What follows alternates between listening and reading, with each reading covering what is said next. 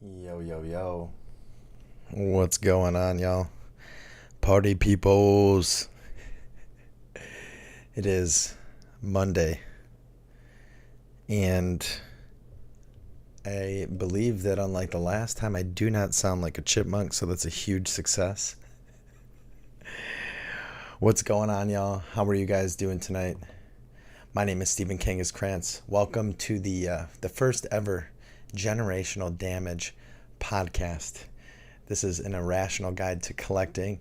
I am not alone here. I'm about to bring in our other hosts of the podcast. I just want to start off by saying, everybody, please just don't be rude. Be kind to everybody that's in here in the chat. All of the hosts, all the guests that we're gonna have on, and this goes forward for like every podcast that we do. We just really want to talk shop. We want to talk about shiny cardboard. So let's get this thing going. Kraken Bridge, welcome in. Dominic May, nice to see you. Clampy's here, you guys. Dizzy Hippie, Tam Fam, how are you guys doing? Without further ado, I am beyond excited. We've been waiting so long to do this. Let's get it going. Let's welcome you guys in. Bilal, are you here? What's going on, everybody? Hey. Clampy, are you with us? Yep, I'm here. Hello, everyone. Hey, what's going on, you guys? So I think a big reason that we really wanted to do this is because let's be honest, there's a really awesome side to collecting, and we're going to talk about a lot of that. And then there's a whole other side to it that's like not so awesome. And I feel like it's okay to talk about it. Like we should be allowed to talk about it. You shouldn't feel bad about talking about it. But I think it's really important. And I feel like a lot of people in the chat here are probably going to resonate. And I want you guys to, ask questions. As soon as we're done cutting it up for a little bit, we'll try to get to some of the questions. I'll go ahead and open up the Q&A too. But first off, I want to start, and this is going to be in alphabetical order. So B, we're going to start with you. The legendary ASMR channel, Bilal and Cards. How are you this evening? The usual. Speaking in a normal tone, not whispering at all, but sounds like ASMR. Love What's it. going on, man? How are you? I'm doing fantastic, man. It is. Glad we could do this. Glad we could do this. I know it's awesome. I wanna start off first. I'm gonna ask you. I have to ask the generic. What is like your first memory of Pokemon? And really just like, because I thought about it too. I'm like, what is my first memory? It's kind of hard, but It's a tough question because I don't exactly know the first memory, but I know it's in Queens, New York, and I'm buying packs with my mom. And nice. yeah, we're just cracking them open at home, and I think it's only like a couple packs, nothing too crazy, but Yeah, slowly start building a collection from there. that's awesome. What year is this? It's gotta be what, 98, 99? Yeah. Whenever they started getting super duper popular. Were cards like readily available, like in your area? Toys R Us, the place to be, Okay. definitely. Okay. Fair enough. Clampy, welcome in. The legend, Clamp fan, is with us. Um, I'm so excited that you're here with us tonight. Clamp, what is your very first memory of Pokemon to the best of your memory? Um, I'd probably say lots of those first memories of Pokemon were from around that 98, 99, playing the games. Um, collecting what cards there were. I have vivid memories of like KB Toys, Oh Toys yeah. R Us, KB Toys. There was so much fossil. It was in bins. People were rolling it over in strollers. People were stepping on it. Um, Right. and then another big core memory of those times is when Burger King had like all of their Pokemon toys, and they had those Pokemon trade nights. Uh, Yeah. and I remember going to those and really wanting like the Snorlax little plush and the Togepi plush. And it was like tons and tons of people, like 60, 70 people in a Burger King. Um, and today there's nothing like that anymore.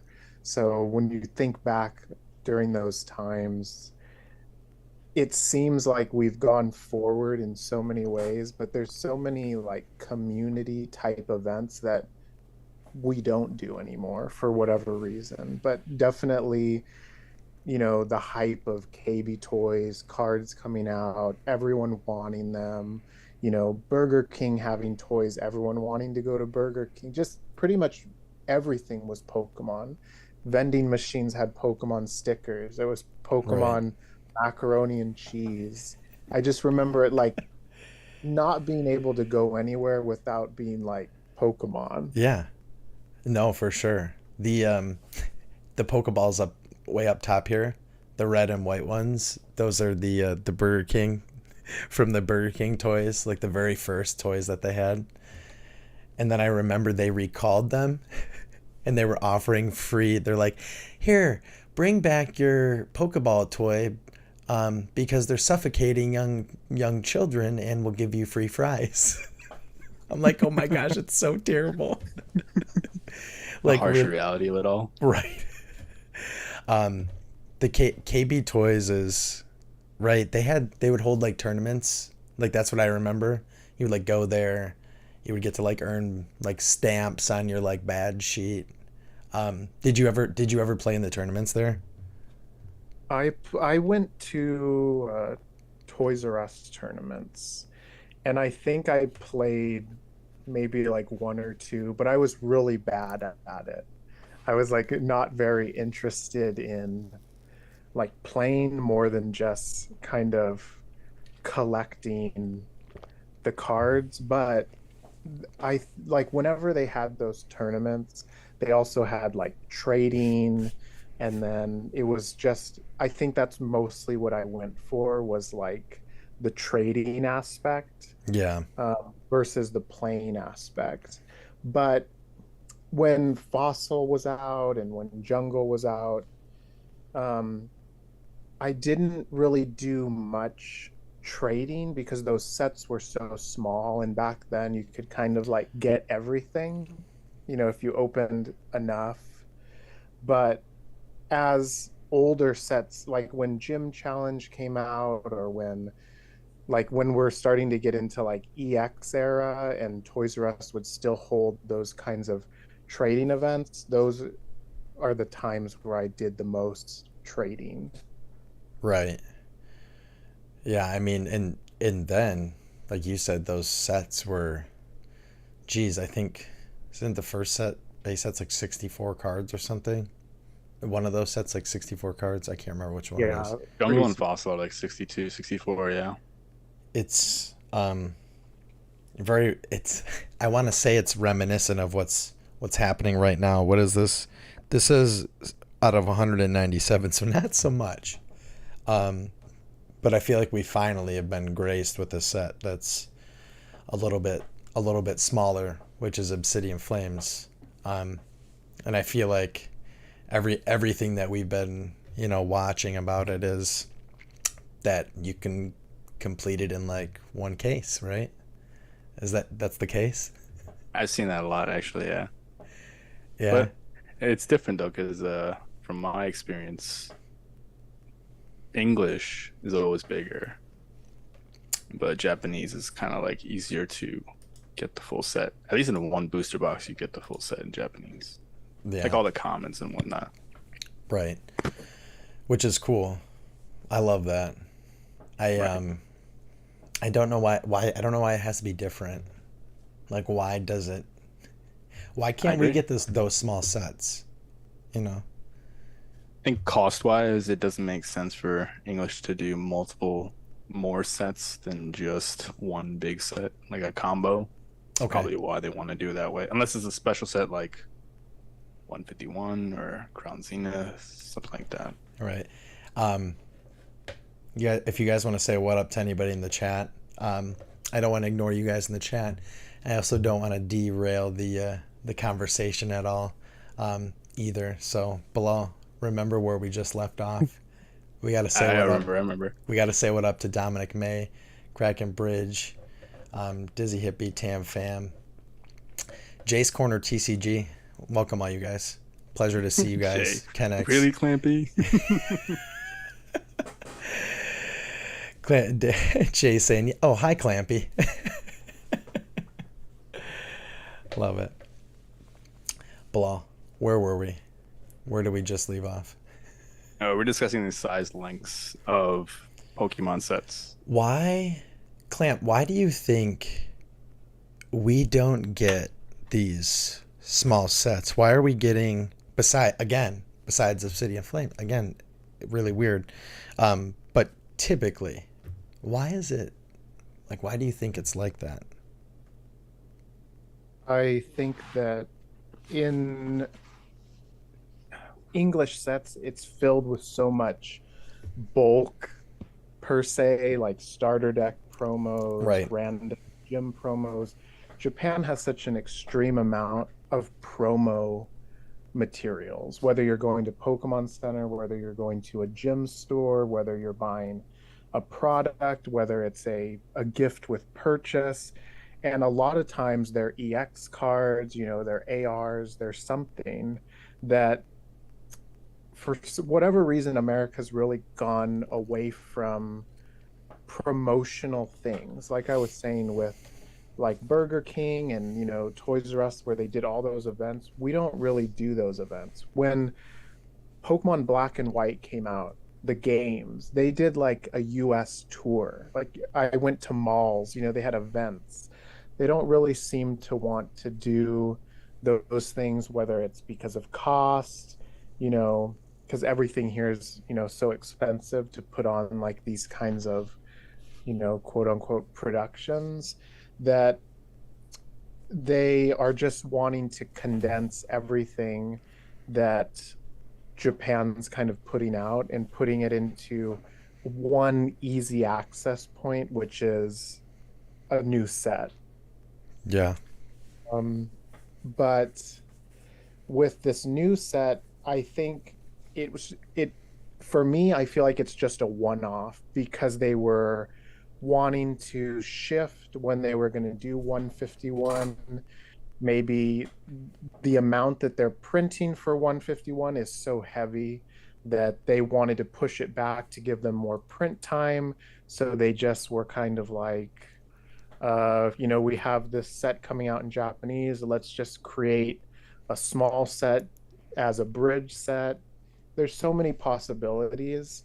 Um, but I do think it's just a one-off because we're getting Raging Surf in Japanese soon, but we're not getting like a small English set for Raging Surf. It's just going to be a part of the new Paradox set. Wow. That's I just don't I guess when you explain it like that, um how like there's so much promotional, like I feel like I've never been to Japan, but just seeing images of it, like Japan is, well, at least like deep in Japan, like this, like if you were to be like downtown, in some of the like real metro areas, like it's all an advertisement, right? Just everywhere. Yeah, Like the Japan's a very advertisement heavy society. Yeah. Like lots of things are advertisement based. They when someone in Japan wants to sell a product, they're going above and beyond to market it, to showcase it, to do events for it.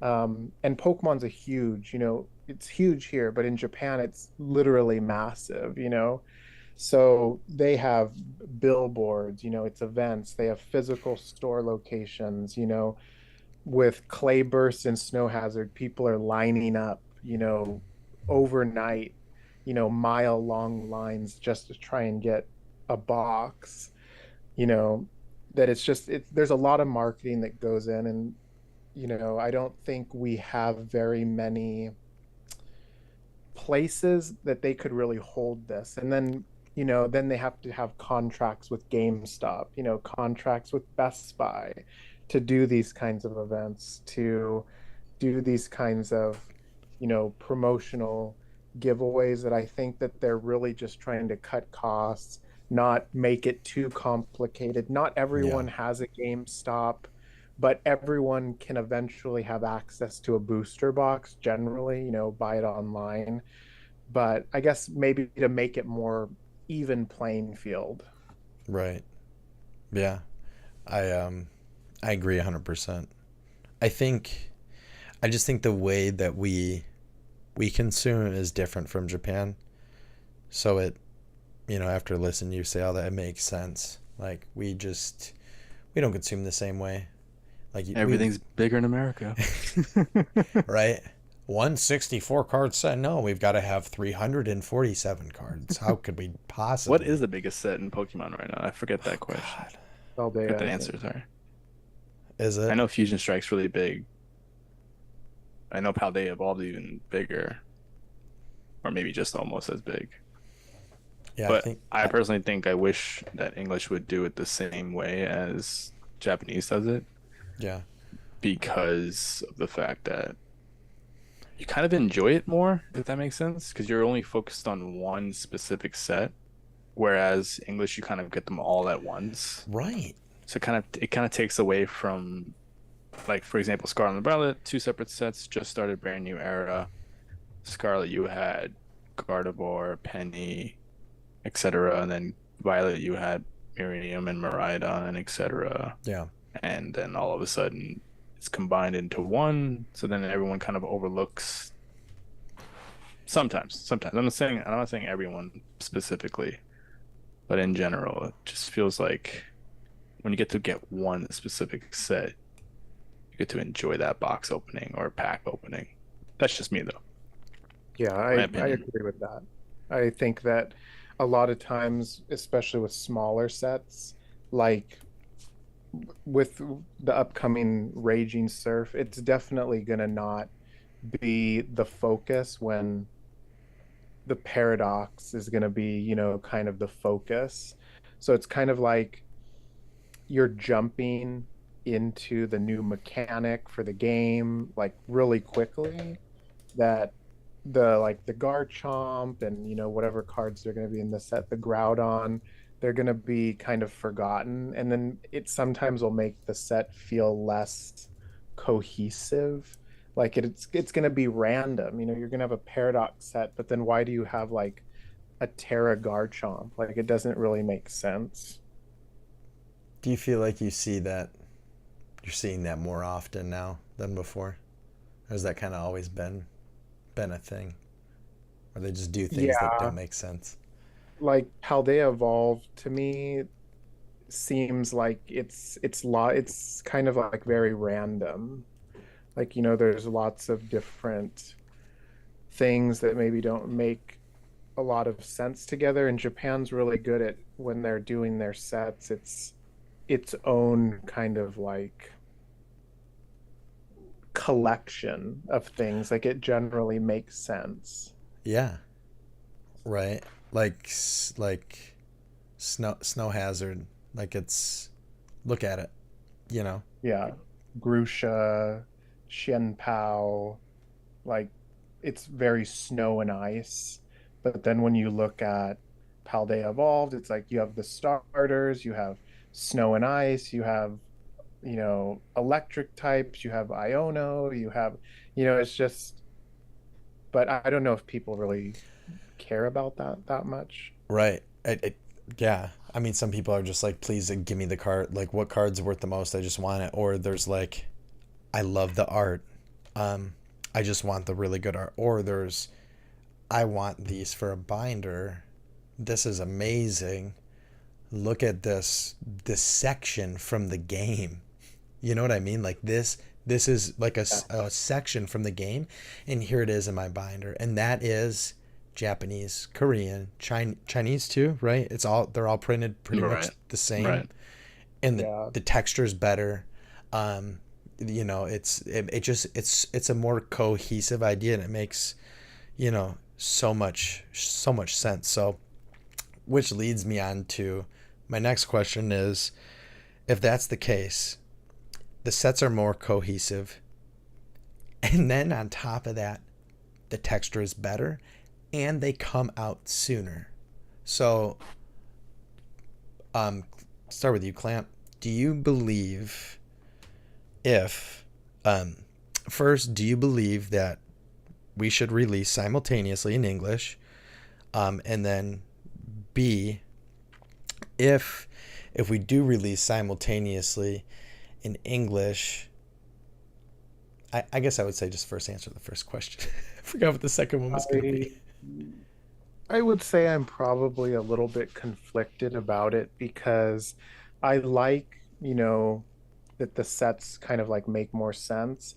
But if we were to release booster boxes the way that Japan would do, I think people would riot to be opening so many boxes and have one SR.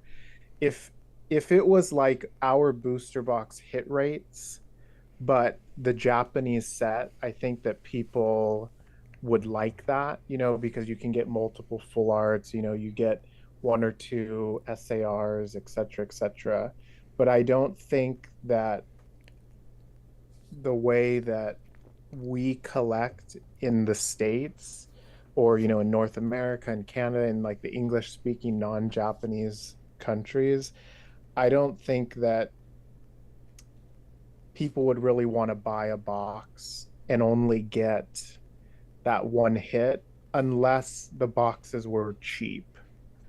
Right, But I feel like they wouldn't be the $45 or right. $35 that Japan has. Probably like 60 or There'd be 75, no right? there'd Somewhere be in there. no way that they would be, that price. And then I think that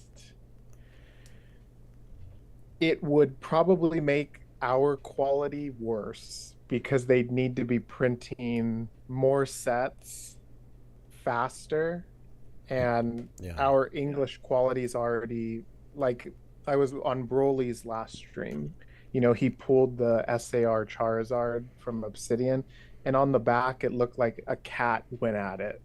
Did it Like, have the it two was like, lines? no, it was just chewed up. The corners were chewed up. I mean, that booster bundle that I opened that was like really broken. The Charizard had the Gold Zard had the worst print line I've ever seen in my life. The Gita had one of the worst print lines I've ever seen in my life. The Gita was like crooked. It was like, what is this? So I feel like if you're going to put more pressure to release, this set, and then, they're going to need to do reprints, it's just so many things at once that I feel like it could get worse. Yeah. That and It's a good point. that was actually going to be my second question. You kind of, you answered it, but then you like conflicted your answer with like, because I was going to say, would it solve, like, would you want, and then do you think it would solve the issue of 5x market, Yeah. for boxes? Would it help stop that from happening? Um, Mm, if we maybe could get, if we could get the same kind of texture, which, in quality. yeah, I think that would fix it. If we had the same quality, the same texture, if we were doing what like the Chinese cards are doing, where it's like extremely good quality, it's releasing at the same time, um, I think people wouldn't necessarily want to buy Japanese, because now they have a quality card with good texture and they can read it. I right, think that the demand for the Japanese would, you know, it would stay to them, and it would be affordable to them, and everyone would kind of have the set for them. Yeah. But we would have to switch our card stock. We would have to switch our ink. Like, I mean, it's like completely different. Right. I mean, did they, I thought last year there was like an acquisition of a printing plant in like Yeah. one of the Carolinas, and I thought that because of that we were going to get, and I should have known better. I should have never assumed things were going to change. But I don't know. Bilal, what do you think?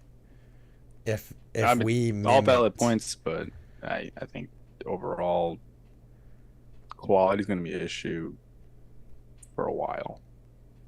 I don't think it's going to go anyway anytime soon. However, I do agree with what you were saying earlier about how if they release at the same time, case in point, the most recent release, Obsidian Flames and Rule of Black Flame, we saw what happened with pricing and MSRP and etc. yeah, So who's really like, and I mean, like, who's really creating that big impact? Is it the people in our community and like YouTube, or is it like the like aunt and uncles that just need to buy cards for like their nephew or their kids, their grandkids, whatever? You know what I mean? Like, is that the bigger market? Because they're not buying Japanese cards, right? They're not. right. They're not looking to buy them. I think in my opinion, based on what I've experienced, is like ever since the craze of 2020 until now, it's kind of finally coming to a relaxation period almost. I would say it's like nearing towards the end where we can finally start collecting at an affordable Yeah. rate. So it's nice to see that, like one of my favorite cards in English, we got the Evo lines, and those Evo lines pretty much speak to me with SV as a whole era. And they're not crazy expensive in terms of getting them as singles or even the sets in general, opening packs for them. They're Right. not like breaking the bank compared to like, older sets. Yeah. I don't know. I haven't really been a fan with older sets too much, just in general. I like to stay with the present, Right. stick with the I just times. I just feel like if there was a simultaneous release, I can almost guarantee you that there is a healthy portion of people that will buy English and will say, you know what? I'm not paying 4 or 5x for texture. I'm Yes. going to buy English. And it is going to help the, like, I don't want to say economic stabilization because it's not that. But it's kind of crazy, like, to have them in its distribution there, and they are purposefully making sure it gets to the place where they can get triple, quadruple, quintuple, like they can get that extra amount of money because they know they can get it. Right. They know they It's can. also hype too, right? There's a lot of hype Sure. behind each release, especially beginning with SV, Scarlet and Violet. Violet boxes were going up to like what, almost 200 if I'm not mistaken. I could be wrong, but it was definitely more than 150 for a box, and now it's at like for Japanese boxes, it's like what, 100 if you're lucky. Yeah. It Invest hasn't like now. cooled down completely, but Invest I now. mean, Bilal's always saying, no, "Hey, no, no, no. Kranz, I'm not. I'm when not. there's an $80 box, I'll buy it." And I'm just like, "Yeah, I want a gold toilet, like to sit on. Are you serious?" Oh And I'm no, no, no. sending But him like no, $92 boxes, 95. Yeah, no, no, I'm good. there are My Japanese booster boxes that are close to MSRP right now, like yeah, Scarlet and Violet, Snow Hazard, but those aren't really yes. sets that people want to open per se. So, I mean, I but don't then if know. you think about it, like in the future, if you can wait and be patient, yeah, there's a possibility that Right, it'll sustain its value and increase over time. But that's just with any type of set. I just think it's work with what you have and Don't just follow the hype all the time. Right. Just I agree. I think that's a good point.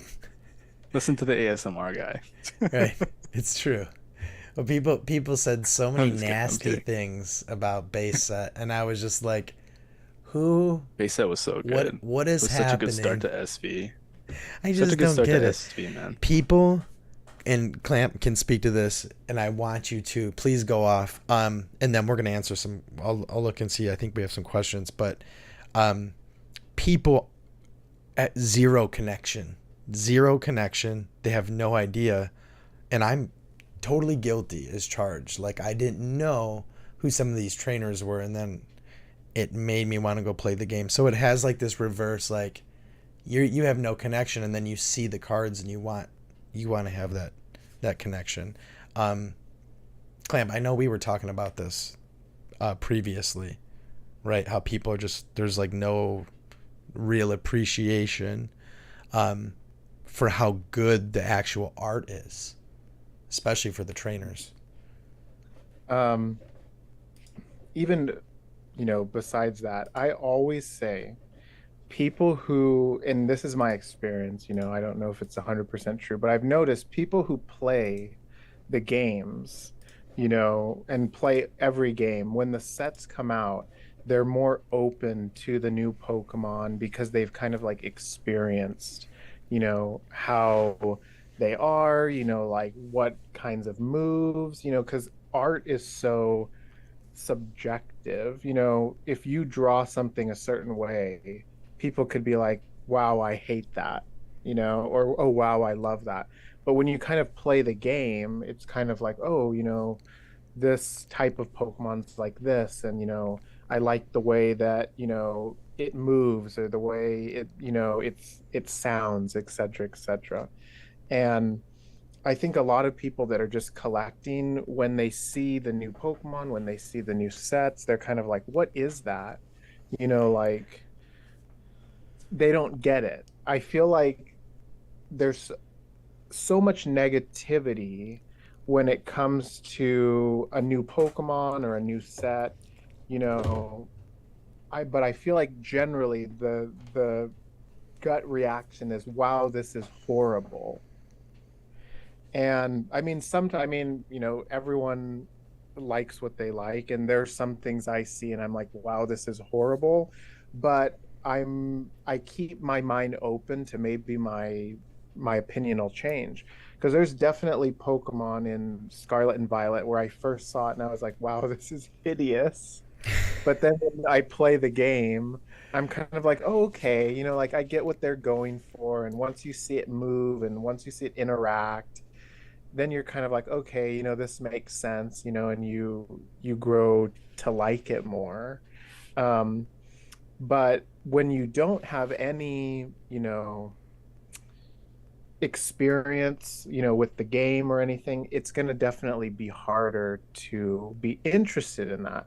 And I think that's why, speaking for trainers, the original trainers like Sabrina, Misty, Brock, they're so popular because everyone grew up watching the anime and seeing that story and getting that connection, Yes. Yes, of exactly. Sabrina as a little kid, with the doll, Exactly. with Misty's personality, her sisters at her gym, with Brock's dad, they kind of like got that connection and they remember those. So they're like, oh my God, I love these original characters because they were Right. watching the anime, they had exposure to it. But now a lot of people aren't watching the anime, a lot of people don't play the games, so they're just looking at it from do I like this art, and if I don't like the art or I think it's silly, then it must be bad. Right. I was gonna say exactly what you said, Clampen, about how the original like base set cards mean a lot to us because we watched the anime, we played all the games on Game Boy, we spent all the time with our childhood, and it's nostalgia for us. But now it's like m more or less, we either don't play the game, we don't play the TCG, we don't interact too much except for buying packs and etc. or singles or Yeah. There's a yeah. like I find myself oftentimes saying, and I'm like finding those like 5 minute intervals to like it was like a couple weeks ago I like grabbed the Switch and I'm like I brought it back here with me and I was working, but I'm like I'm going to make it a point to just play even if it is for 5 minutes. And I had got to I already forgot the name of the city where Iono is, and it was just it made so much more sense. Like I asked, and I'm one of those guilty people again. I'm sure Clamp, you were very. But I'm like, but what is this? Why is there a phone? Like it's so out of focus, and I don't like it. And you're like, well, of course, like she's a streamer. She's filming everything she's doing, and my mind was just like, where is the Iono channel? Lavencia. Where is it? Lavencia. I'm like, where is it? Why is it not a thing? It makes zero sense. And then once you actually go through the whole town, it's really interesting because everyone's just talking about her, and everybody loves her. She's so cute. I don't know. I think it's important to get to experience that. I want to. How many siblings did Brock have that he took care of? Was it like 6, 7, 8? 8? Too many. Oh, you guys. There's some people saying what up. Clampy, you want to welcome some people in here? I see Sleeping Snorlax. I see Heart in here. I see that Sleeping Snorlax is talking about, they're not enjoying opening packs because of cost, gamble, out of stock issues. And I agree with that. There's definitely times where I am not wanting to open packs because it's like, why open a pack when I could just buy all of the singles that I want for cheaper? Like normally I always open Japanese sets. Like most people who see me on streams know I love Japanese cards. I open not one single pack of Ruler because the prices for the trainers, which is what I wanted, was for me, in the I'm a little bit skewed because I live in a world now where trainers are thousands of dollars. But when I see a trainer for $80 and it's not $500, for me it's like, wow, let me buy that instead of buying when it first came out like $150 box and not get what I want. Right. So Yeah. I think And that was like people at don't have release to. too, right? Yeah. Like that's Yeah. cheap for release. Yeah. And it dropped even more and I got other ones for even better deal. Nice. But you know, packs of it are really not for everyone. I'll open a few, but if it's not a set where I want a ton of everything, then it's kind of like, well, I'm going to open up, one of each product, an ETB, the collection boxes, but then after that, I'm just going to buy the singles. Yeah. I more and more for me, and you guys probably if you watch, you've noticed I'm a like 2 box, 3 box guy maybe, and then after that if I've opened an ETB, maybe 2. It's like 151. that's it. 151 though. What'd you say? Oh, 151. What about 151? Well, the good luck you've had with 151, it's hard not to open a box, right? Oh God, yes. Yeah. It's No, extremely but I tough. agree with Clamp, man. I agree with what y'all are saying. Yeah, it makes a ton of sense. It's like after that, just buy the singles. I knew I wasn't gonna open Rule of the Black Flame, unfortunately, just because I'm not a Zard hater. I just, it's Charizard's just we the just fanboy. Yeah, when we just got it. Why? Because the Japanese set comes out first. So Man. it's. However, I did love the experience with Obsidian Flames pre-release tournament. I would highly recommend if anyone gets a chance to do that, definitely do it. People are friendly. You learn about the game, and all in all, you get to experience a brand new set fairly before everyone else, and it's not super duper breaking your bank. Yeah, It's also one way to support your local LCS as well. So I highly 100%, recommend. I second this. It was It's, so fun. I um, love that experience. and I did it too because, you couldn't get pre-release, packs to take home. You had to play in the tournament.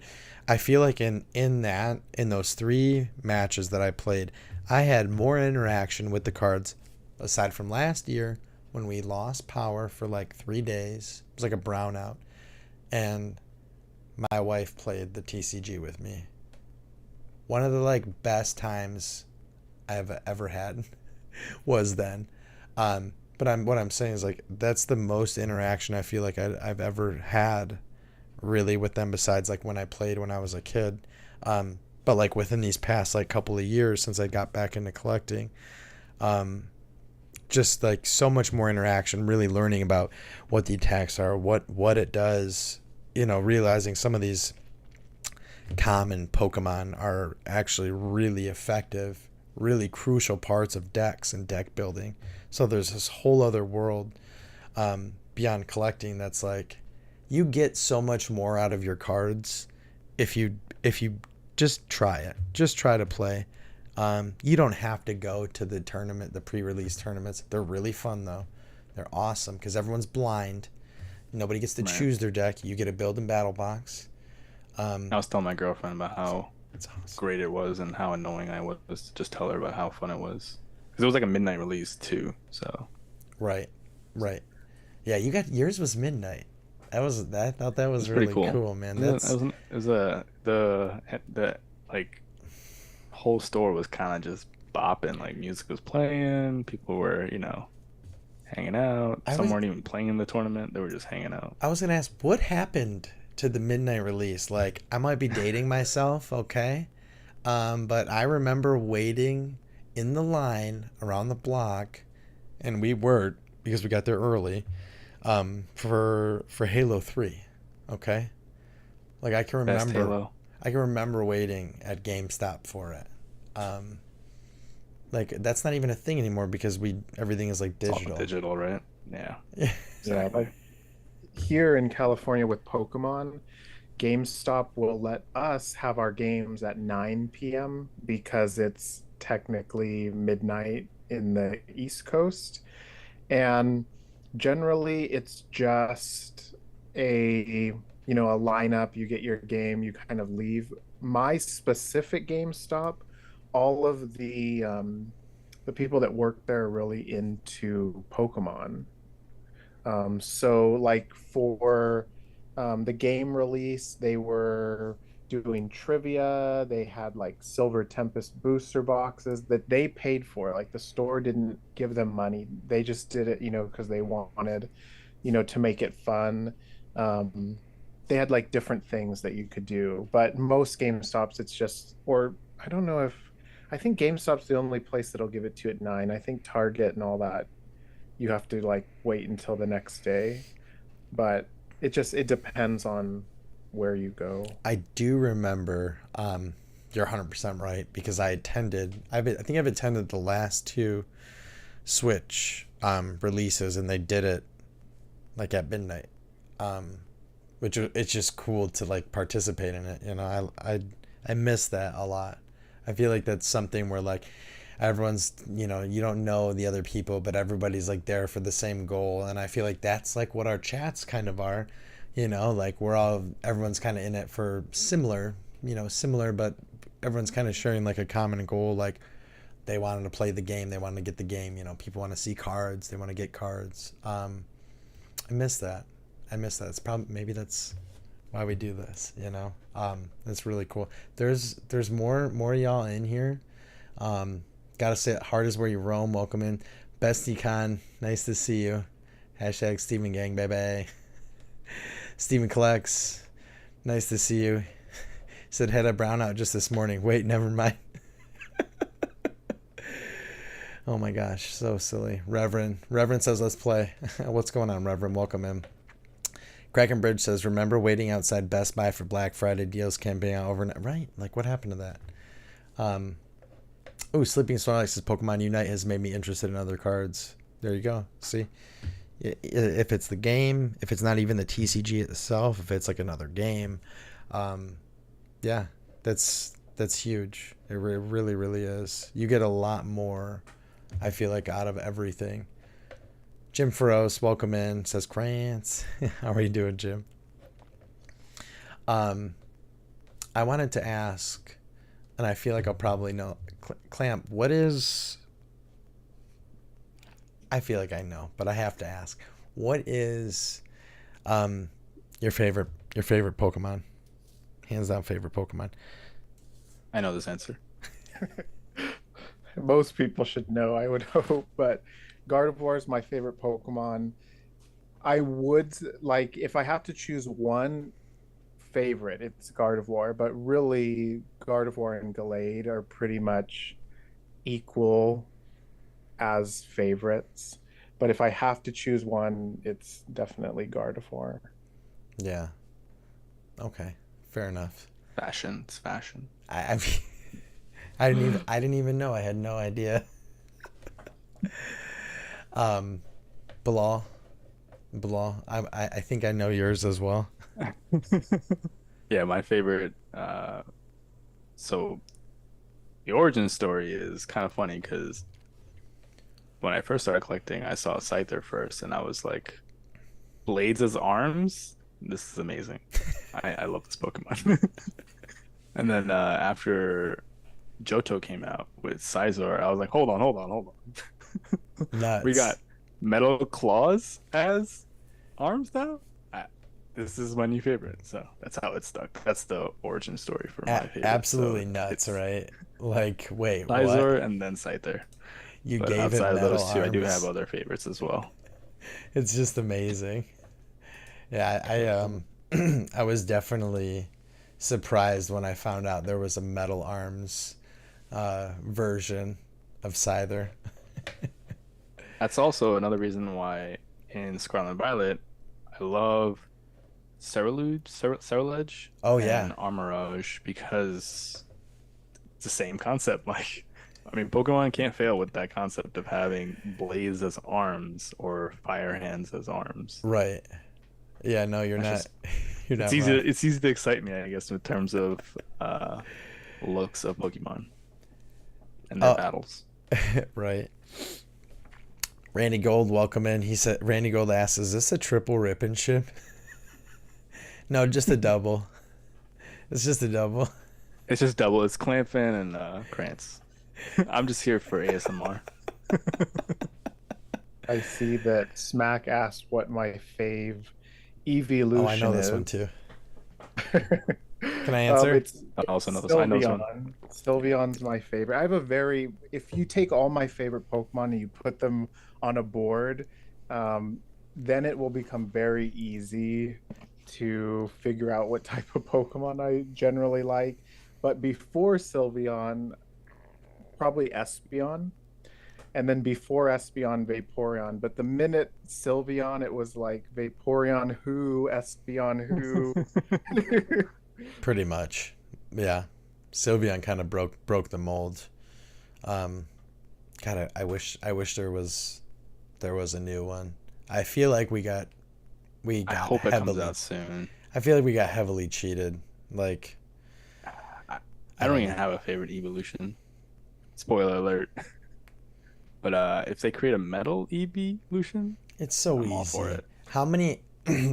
There's like six, seven types, and my highly probable types are ghost, metal. Um, I'm trying to think of what the other one was. Dragon? Sure, dragon. Um, I feel like out of those, like I don't see a ground or rock type, but I could be so wrong. I could be so wrong. What if the ground type is just like insane? Like, could you I mean, imagine it would one that look similar to Jolteon and Flareon, right? Or Vaporeon almost, where like it's kind of like the aesthetic of I don't know. their type outside of their neck area, right? Jolteon has the lightning spikes, Flareon has fire, Vaporeon has like water, like gill type of spikes. I don't know. Randy Gold says So Rockion. You search Google, like you can see it. Like there are so Yeah, they're all many. fan made. Yeah, There's they're nice. so much fan made art, and it's really, really, really cool. Some of the stuff that I've seen in there, and that's what I was like. Okay, I feel like if there was some kind of, I don't know, I don't know, some kind of like something that like ruled the sky. Like I feel like we need that flying type. Dragon Eevee. Probably dragon type, yeah. Dirty access tape. It's perfect. Dub, welcome in. Nice to see you. Dub saying, what up to Clampy? Dizzy Hippie says they need a ghost one for sure. Yeah, they do. I 100% agree. Yeah, I'd have to. I'll be back in 5 seconds. That sounds good, Bilal. We'll see you in 5 seconds. I'd have to. I'd have to say. Stephen Kleck says that my favorite's Love Disc. You know me so well. How'd you know? How did you know? I have no affiliation with the disc, and I never will. Okay? I do not like the disc at all. Now I'd probably have to say Bilal, thank you for asking. My favorite Pokemon is probably, if it's not Eevee, I love Eevee because there's just so many potentials, and I know it's so stereotypical, but it's hard for me not to. If it's not Eevee, I'm probably just going to say Bulbasaur because it's number one, and it's literally 001. And it was the first Pokemon that I ever got in the game. Like, it's roots for me. And It's a good one. I also know someone who loves Bulbasaur. He's not here right now. and he's our fourth host, and I he's know. not here right now, and that's Bleak. It's just Bulbasaur's so good, so cute, there's so much potential. My Venusaur was like an absolute tank. Like I barely needed any of my other Pokemon to steamroll Elite Four. Like it was just so easy. Of course I needed like one other Pokemon, but I do have a question for both of you though that I forgot to include in our chats. Um, so if we're just going based off of two different eras, um, obviously Scarlet and Violet's not over yet, but your number one favorite card can be a trainer or a Pokemon, doesn't matter, from Scarlet and Violet, and then once you answer that question, from Sword and Shield as well. And then Knife End, you can go first. From Scarlet and Violet, it's definitely the Gardevoir. Um, when that was announced, like I was a little bit sad that they only reprinted a Gardevoir card for V-Star Universe. But then when I saw that they had a Ralts, a Kirlia, and a Gardevoir, I was like personally targeted. Redemption. Yeah, so and it's one of my favorite artists that did that series. So I was like, okay, this is like really crazy. Is this what they're gonna do? Because V-Star Universe was like already so crazy. And then I was like, is it gonna get crazier? And for me, Scarlet and Violet got even crazier. So definitely the Gardevoir would be my favorite card. From Sword and Shield, I don't know. It's really hard. There's so Tough, many, right? It's tough. so It's a many tough one. cards. There's so many trainer cards that were really good. But if I have to choose my favorite card from Sword and Shield, it's the Diantha and Gardevoir character rare. Because that That's Sun also, and Moon. no, that's from Silver Tempest. Oh, I don't remember that card. Why do I not remember that? Because Diantha's my favorite champion. Gardevoir is my favorite Pokemon, and then the aesthetic of the card, it looked like very like church-like. It was like very elegant, and that's kind of like my aesthetic. So that would probably be Yes. my Yes, I see it now. favorite card from Sword and Shield. But there's so many. Like I love all the trainers from V-Star Universe. Um, I love the Regidrago alt. I know a lot of people don't like Regidrago, but it's one of my favorite alts. The Rapidash alternate art for me is probably one of the best alternate arts ever. Um, there's a lot of good arts, but for me, I really wasn't really enjoying Sword and Shield until we kind of got into the sets that have trainer galleries. Because for me, the first few sets were very Bleh, meh. for Sun and Moon is my favorite era of all time. Nothing will change that. So, and I collected very heavy during Sun and Moon. Sun and Moon has more nostalgia for me than base set or any of those sets. And coming after an era that I still Scarlet and Violet, I think eventually will beat Sun and Moon for me, but Sword and Shield's beginning was so like the opposite of everything that Sun and Moon was, that it was for me, it was like I stopped collecting after Cosmic Eclipse, and then I didn't get back into collecting until I found like Dax channel from a Rev Raid. And I feel like I think it was like Vivid Voltage was getting its reprint right then, and I hate Vivid Voltage. But I think Brilliant Stars was coming out, so all of those like trainer gallery cards, because they were trainer focused, is what kind of like drew me in. And they are nice. I agree with you completely. I forget one specifically. It was Flaffy and Elisa were looking in the mirror. That one was, when I first saw that, I was like, holy crap. I don't even, Yeah. I don't know how to describe it. It was really interesting to see that. But thank you for your answers. I appreciate that. Krantz, it's on to you now. Man, I do not have that kind of a fantastic answer. I can tell you that. I was gonna be like, "Yo, It's okay. my favorite card, Superior Energy Retrieval and item switch from Sword Shield." It helped you win the game. I'm the item master. Okay, nobody knows this, but I'm a secret item stan. Okay, I'm gonna collect all the item cards. I'm gonna corner the market on items. It's really super super hard for me not to say the favorite trainer from Scarlet and Violet so far. Miriam, simply because like when the set first came out, like of course that's a card everyone was chasing, and I feel like when we finally pulled it, that was like a really big moment on the channel. It was crazy, and the art itself is like, it's amazing. It looks so cool.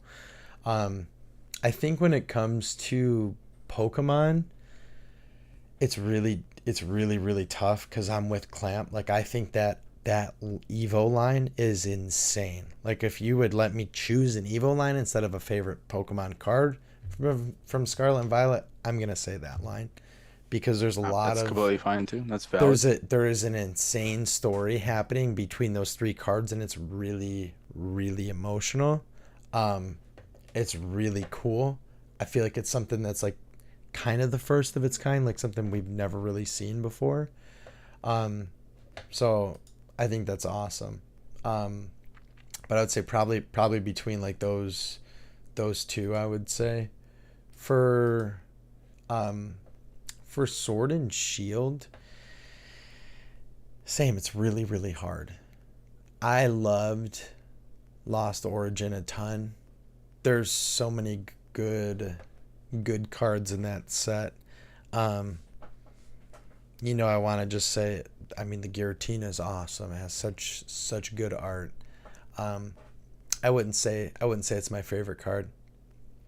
To be honest, if I had to pick one, like right now, I'm probably just gonna go with the Espeon from Fusion Strike because God damn it! I was gonna say that I too, bro. think I think it It's is so good. I think it's one of the best arts. There's a lot of Pokemon in right. There's like other Pokemon in the card, and that's typical for there to be other Pokemon, but just something about it. It's like it's so subtle. Um, I pulled it up on Jay's channel, and it was just like such a surreal thing to just like see it, and then to get it and to just look at it is it's definitely breathtaking for sure. I, I completely agree with you. I was gonna say that about Sword and Shields. Like for me, and I looked through all the sets, all of Sword and Shield. It was between Espeon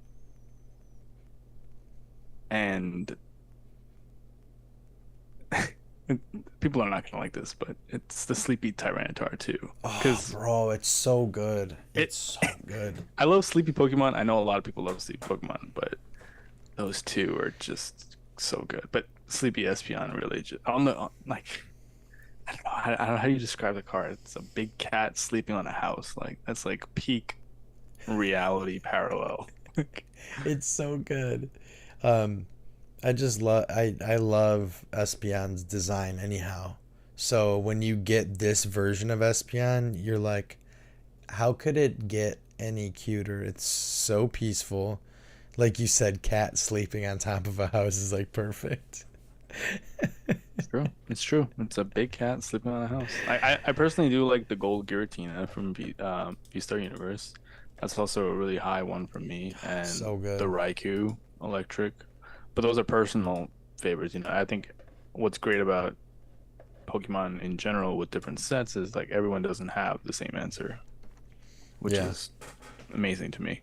Um, I mean, I think you all know what my favorite is from SB. Don't even Yeah. have to say it. Yeah. We all of us have pulled it except you, man. What's going on here? I I gotta open more, I guess. I it's Hunting for Sizor. it's it's a fantastic car, man. They really Don't did give me it. Charizard. They, Give me Sizor. you're talking to the guy who doesn't want Charizard.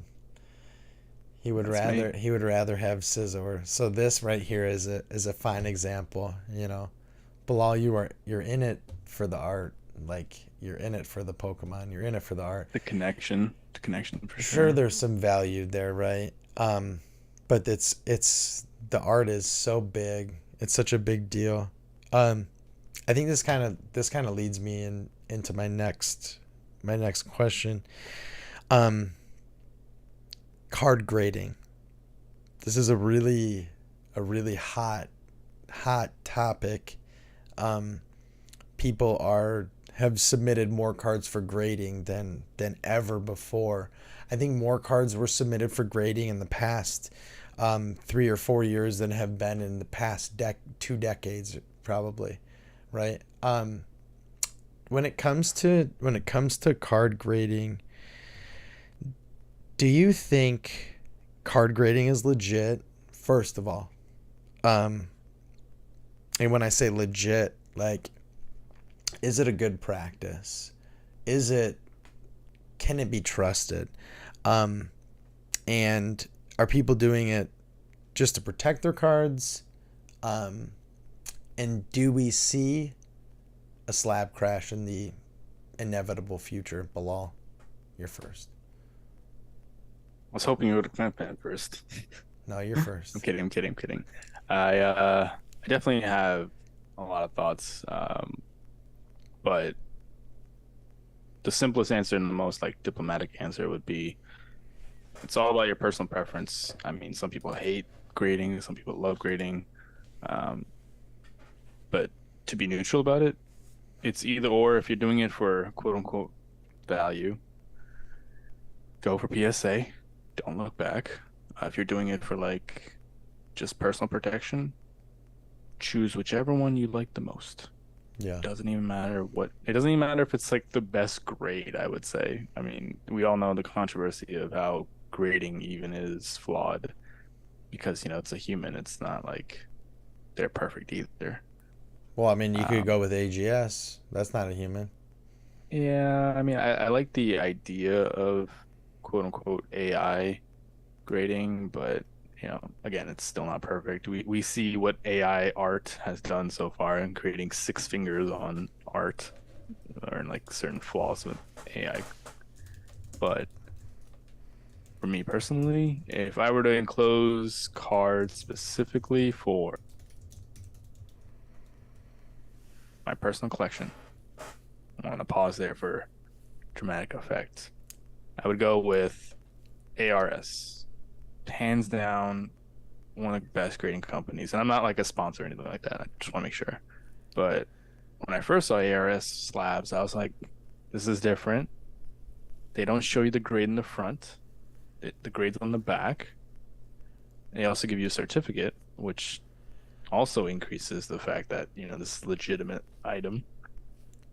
Because, it's easy to fake some PSA cards now, PSA Beckett or Interesting. whatever. Is ARS, is that the Japanese grading company? Yes. Yes. How do you go about submitting cards to ARS from if I'm an American here?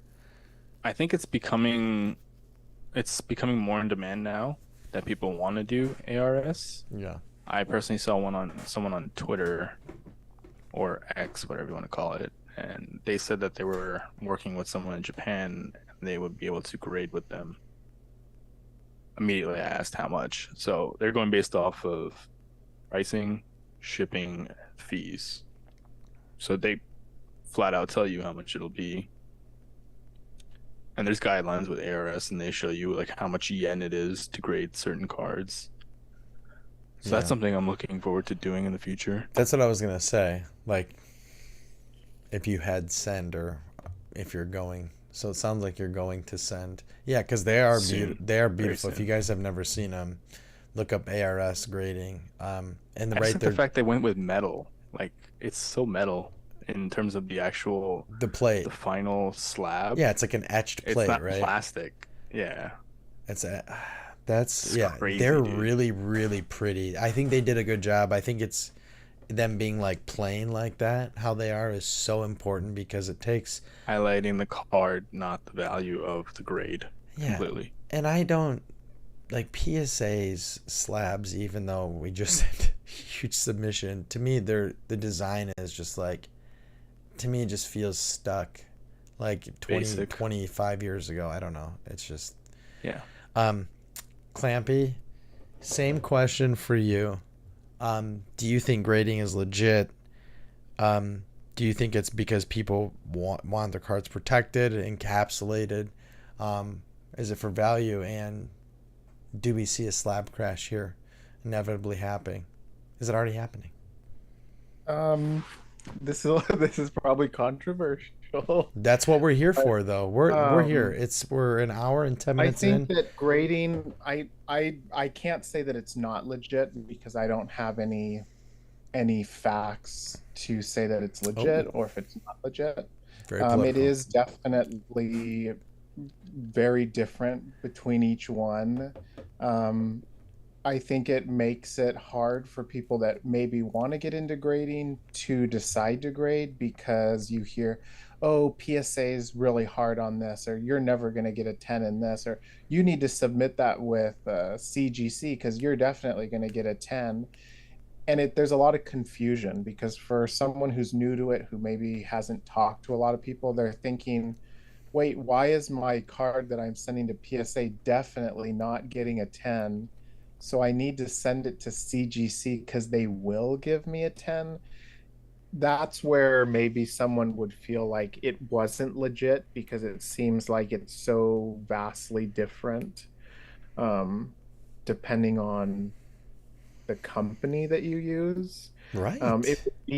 It would be nice if we could eliminate, pop protection, et cetera, et cetera. But that's not possible. I don't think that it's possible to eliminate that. Even with AI, all it takes is someone at the company to be like, well, I'm gonna program the AI to grade this card a lower grade, So I don't think that there's any real way to you know, eliminate like the doubts or the pop protection or anything like that. Um, in terms of what people do it for, I personally think that 90% of people only slab their cards because of value, because a lot of people believe that they're going to become a Pokemon millionaire. Um, there are definitely people that slab it because they do want to protect it. They want, to have it in their collection.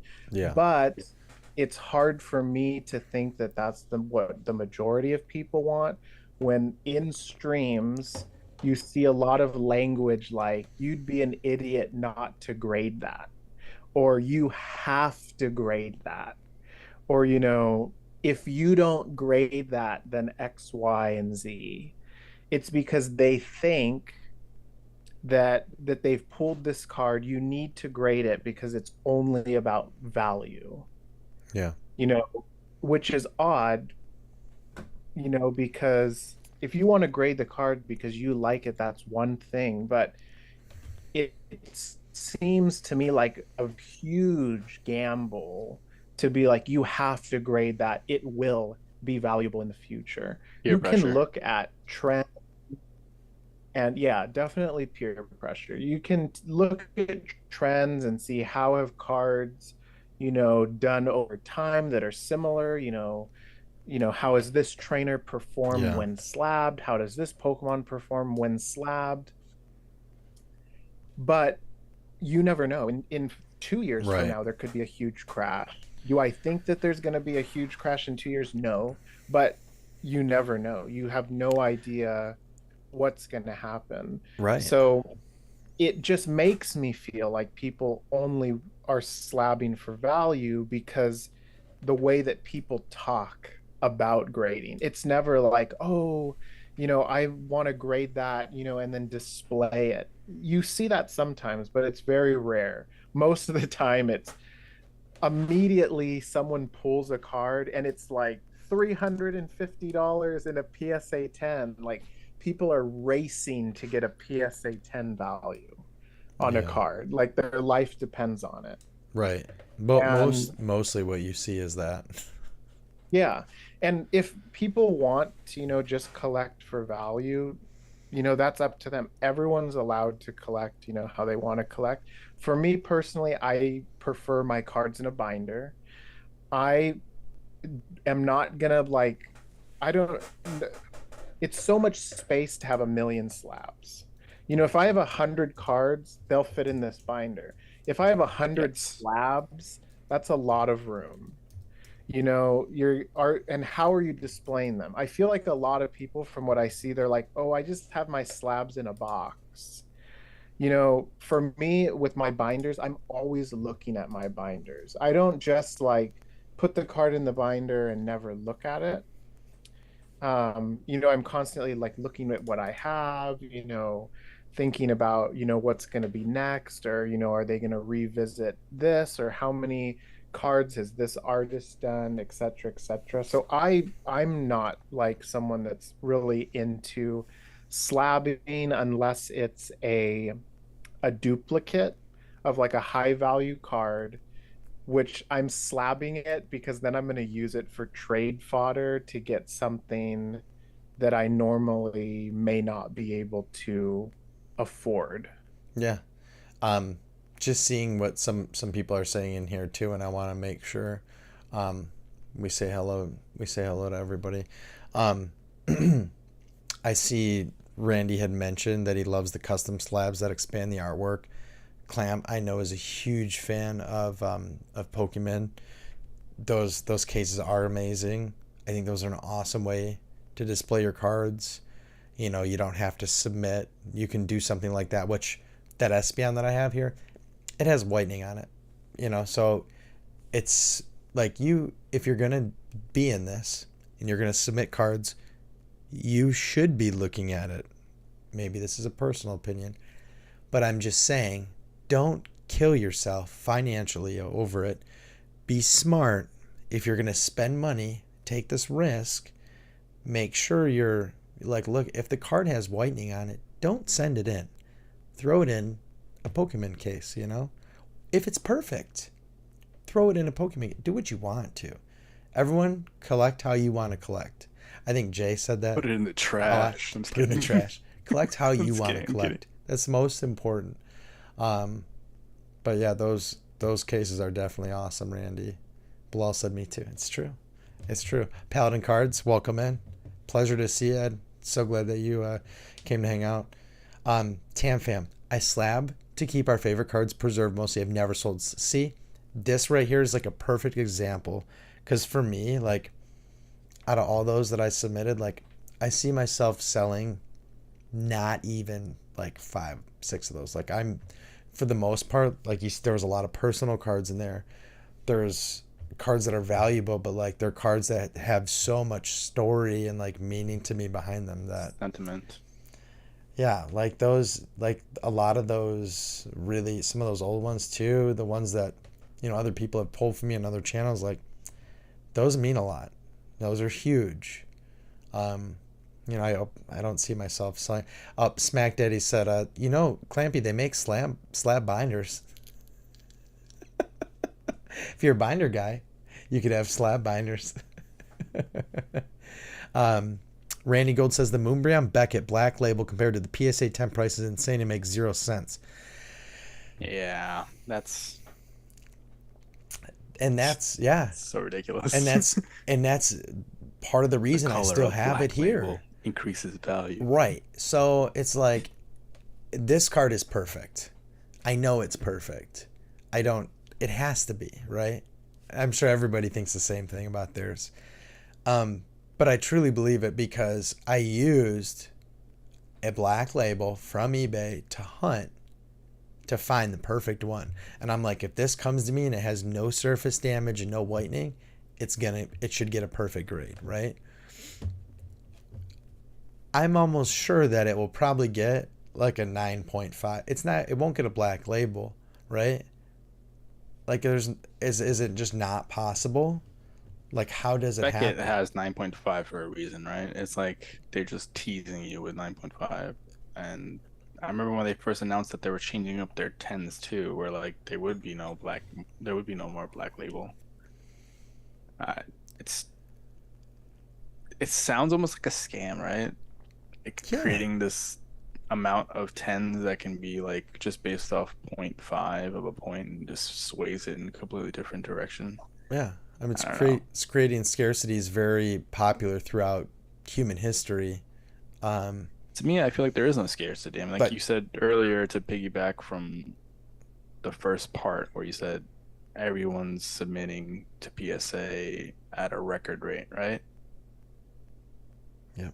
If you look at pop reports for specific modern cards, just modern cards, if you notice, and this is thanks to my buddy, our buddy Bleak, who pointed out to me, is like, have you ever noticed that modern cards get more 10s than they do 9s?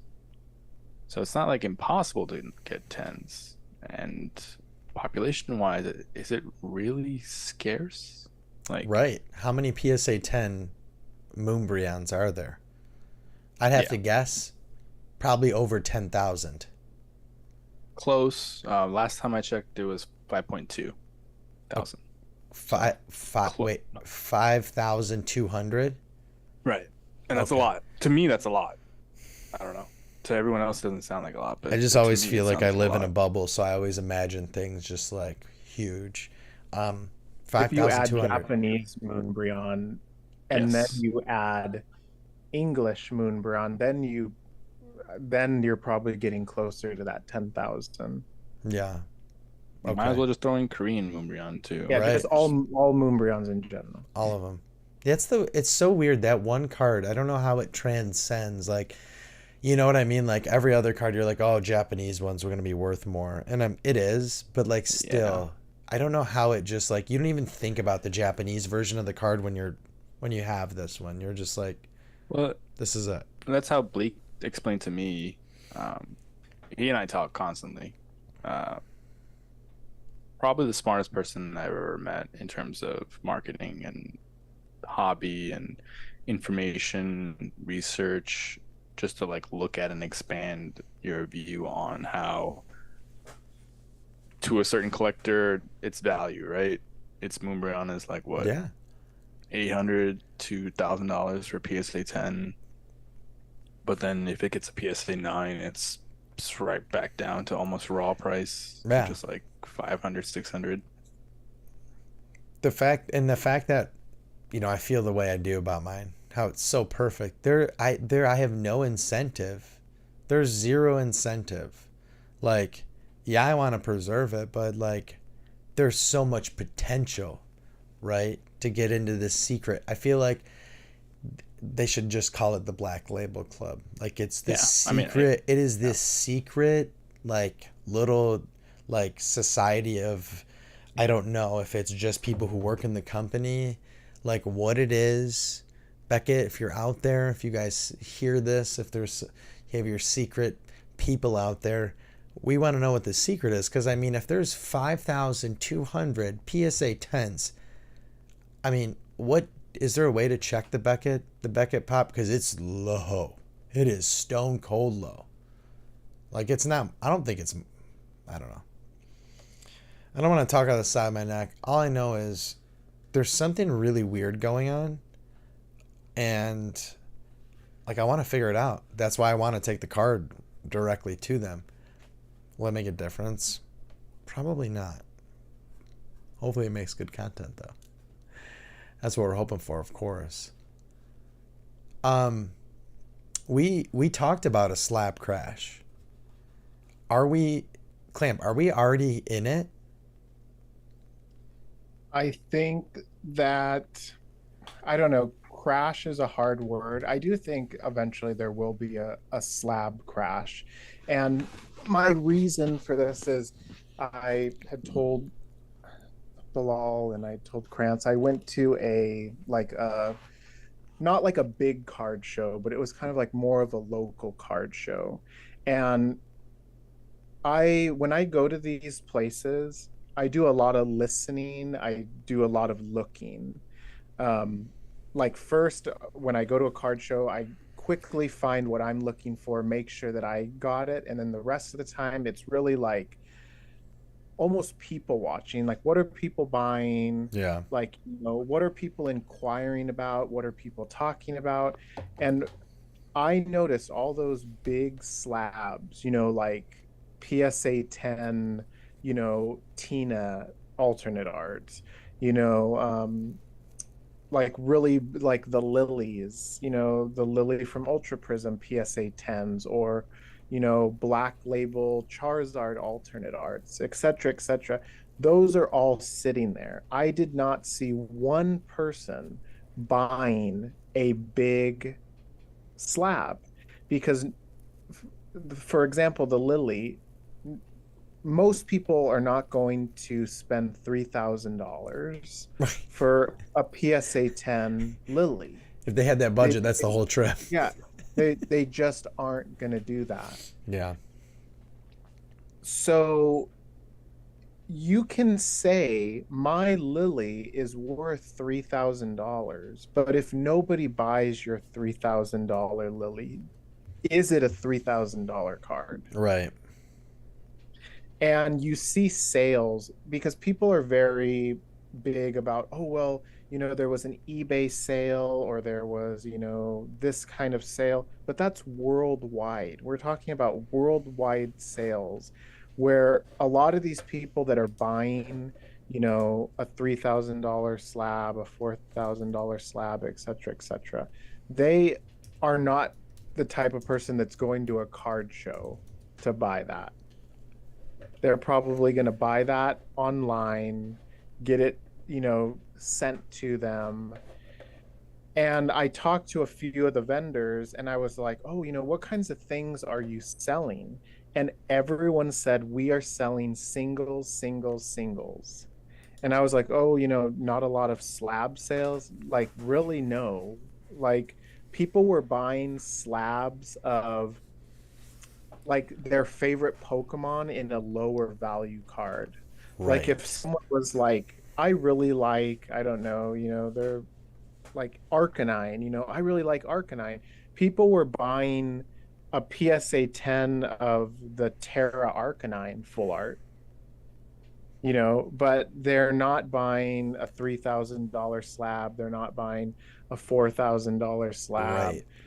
They're not buying $1,000 slab because there's just not that money, that they have to spend on cards. And then a lot of people are like, do I spend $1,000 on this slab, or do I use that $1,000 to buy booster boxes of the set? And then if I do pull it and grade it myself and it gets a PSA 10 myself, it's going to have more personal value to them. Yeah. They're going to be able to say, I pulled this and it got a PSA 10. So, but that's just from where I am, my local game store that I go to. Very often he sells singles like they're going out of style. He'll post them on his IG, he'll post them on the website. The singles are gone sometimes within minutes. Yeah. Like it's posted and it's sold. But slabs, I go there and it's like, oh look, that PSA 10 Japanese Miriam is still there. Oh look, that PSA 10 Giratina alternate art, it's still there after a year. That's So it's hard to say, if it's going to crash or what, but it seems like people are more into buying singles because it's more attainable. And if people are wanting singles more than they want slabs, I would say eventually people who have all these slabs are going to say, I can't sell these, so now I need to offload these for a greatly reduced price, which would then cause a crash. right. Yeah. 100%. I mean, it's, great. I feel like graded cards have been around for quite some time, right? But at the end of the day, it's Right. there are some people, and we know that these people have such a big graded card collection that it would destroy them probably. It's probably one of their biggest investments that they have right now. I mean, geez, eBay has their own vault where you can keep their cards just like PSA does and some of these other places. I mean, so to just imagine that happening and how aggressively it would, have an effect on people in the market too is, It's like I'm selfish with that though, in my opinion. Sorry, didn't mean to cut you off. Oh, no. You're fine, man. Please cut me off, Bilal. You didn't I have love to you. cut me off. No, I'm just kidding. No, you're good. What were you saying? I know I was gonna say, like, relative to what Clamp's saying, like a crash is inevitable. I mean, it's like with any type of market, stocks or crypto or et cetera, et cetera, et cetera, right? Like Steven said in chat earlier, if no one's gonna, it's always worth what someone's willing about to pay for it, right? Did say that. And it's hard to sell something at a certain price that you feel that this is what it's valued at because this is what, quote, the market value is at. But in my experience of buying and selling, people don't want to buy something unless it's a good deal. Yeah. Like if they don't feel that it's a good deal, then it's hard to sell it. Especially with modern graded cards. Like, I prefer one like to give good deals because of the fact that one, if the buyer to me feels like a collector and not just someone who wants to grade it, flip it, and then profit, which by all means you're allowed to do. I'm not saying you're not allowed to do. But yeah, it's personal preference, right? Like, are you buying the graded card for investment purposes or to actually just collect it? Right. And, me personally, I kind of took a step back from the modern world and looked more into the vintage world because I kind of was like comparing. Again, this goes back to where, Bleak and I have conversations about how vintage, like Clamp said earlier, seems to have a little bit of a pop protection where it's like harder to get these cards in the PSA 10, even if you pull it pack fresh from a booster box or from a booster pack, and it comes back 8, 9 if you're lucky, or like a 6 or a 7 if you're really unlucky. It, And that pack that you bought for, let's say, 200, 300, 400, whatever, it's a big risk, right? And I feel like this hobby is, it's good and bad in the way that, you can do small risk or big risk, but that same amount of money that you're spending to buy the booster pack or buy the booster box and to try to grade the card and increase its cost, it's a risky business. So when I look at vintage cards now, I look at the PSA 10s and something occurred to me, and I was just like, this population is significantly less than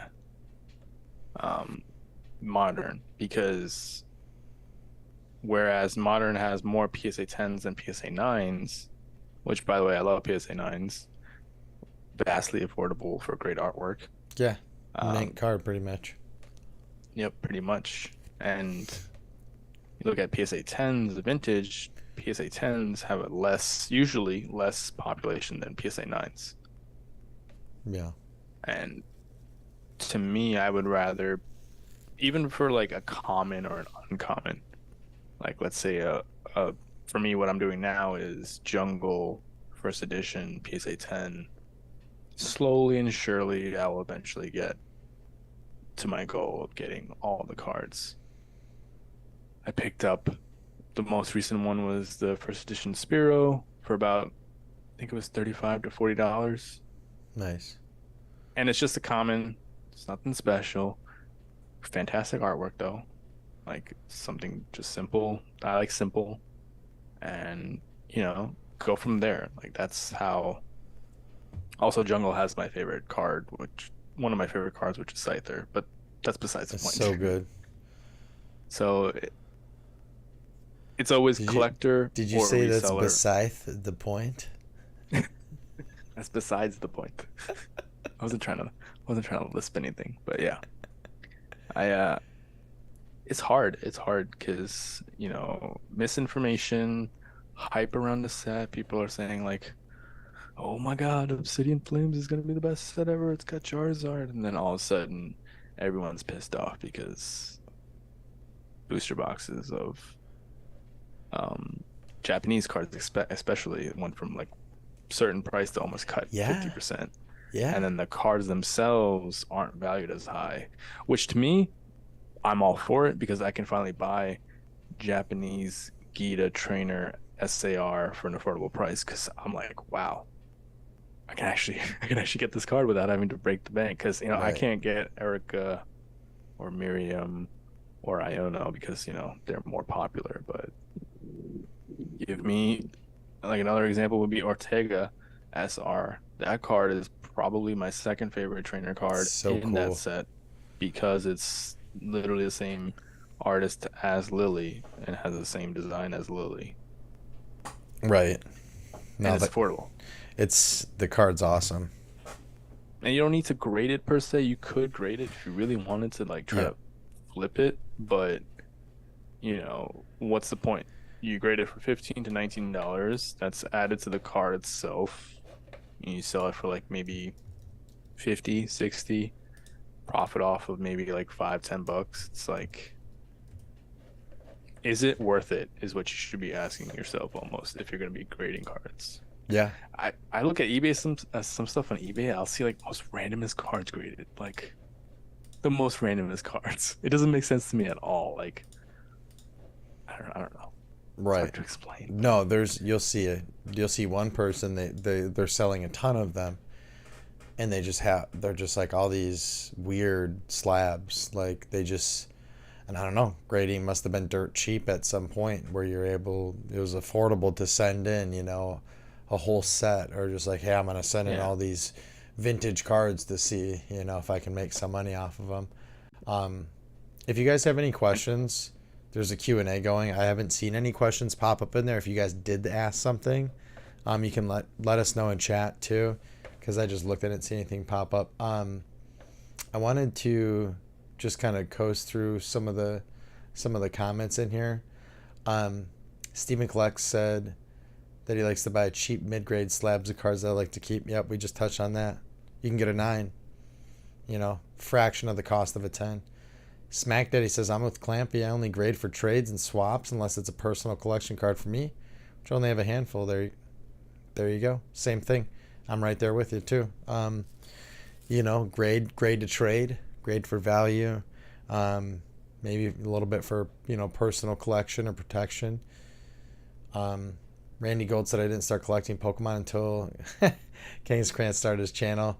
A couple I sent in were pulled on his channel and were the first big hits I pulled, and I have that personal story. It's true, Randy.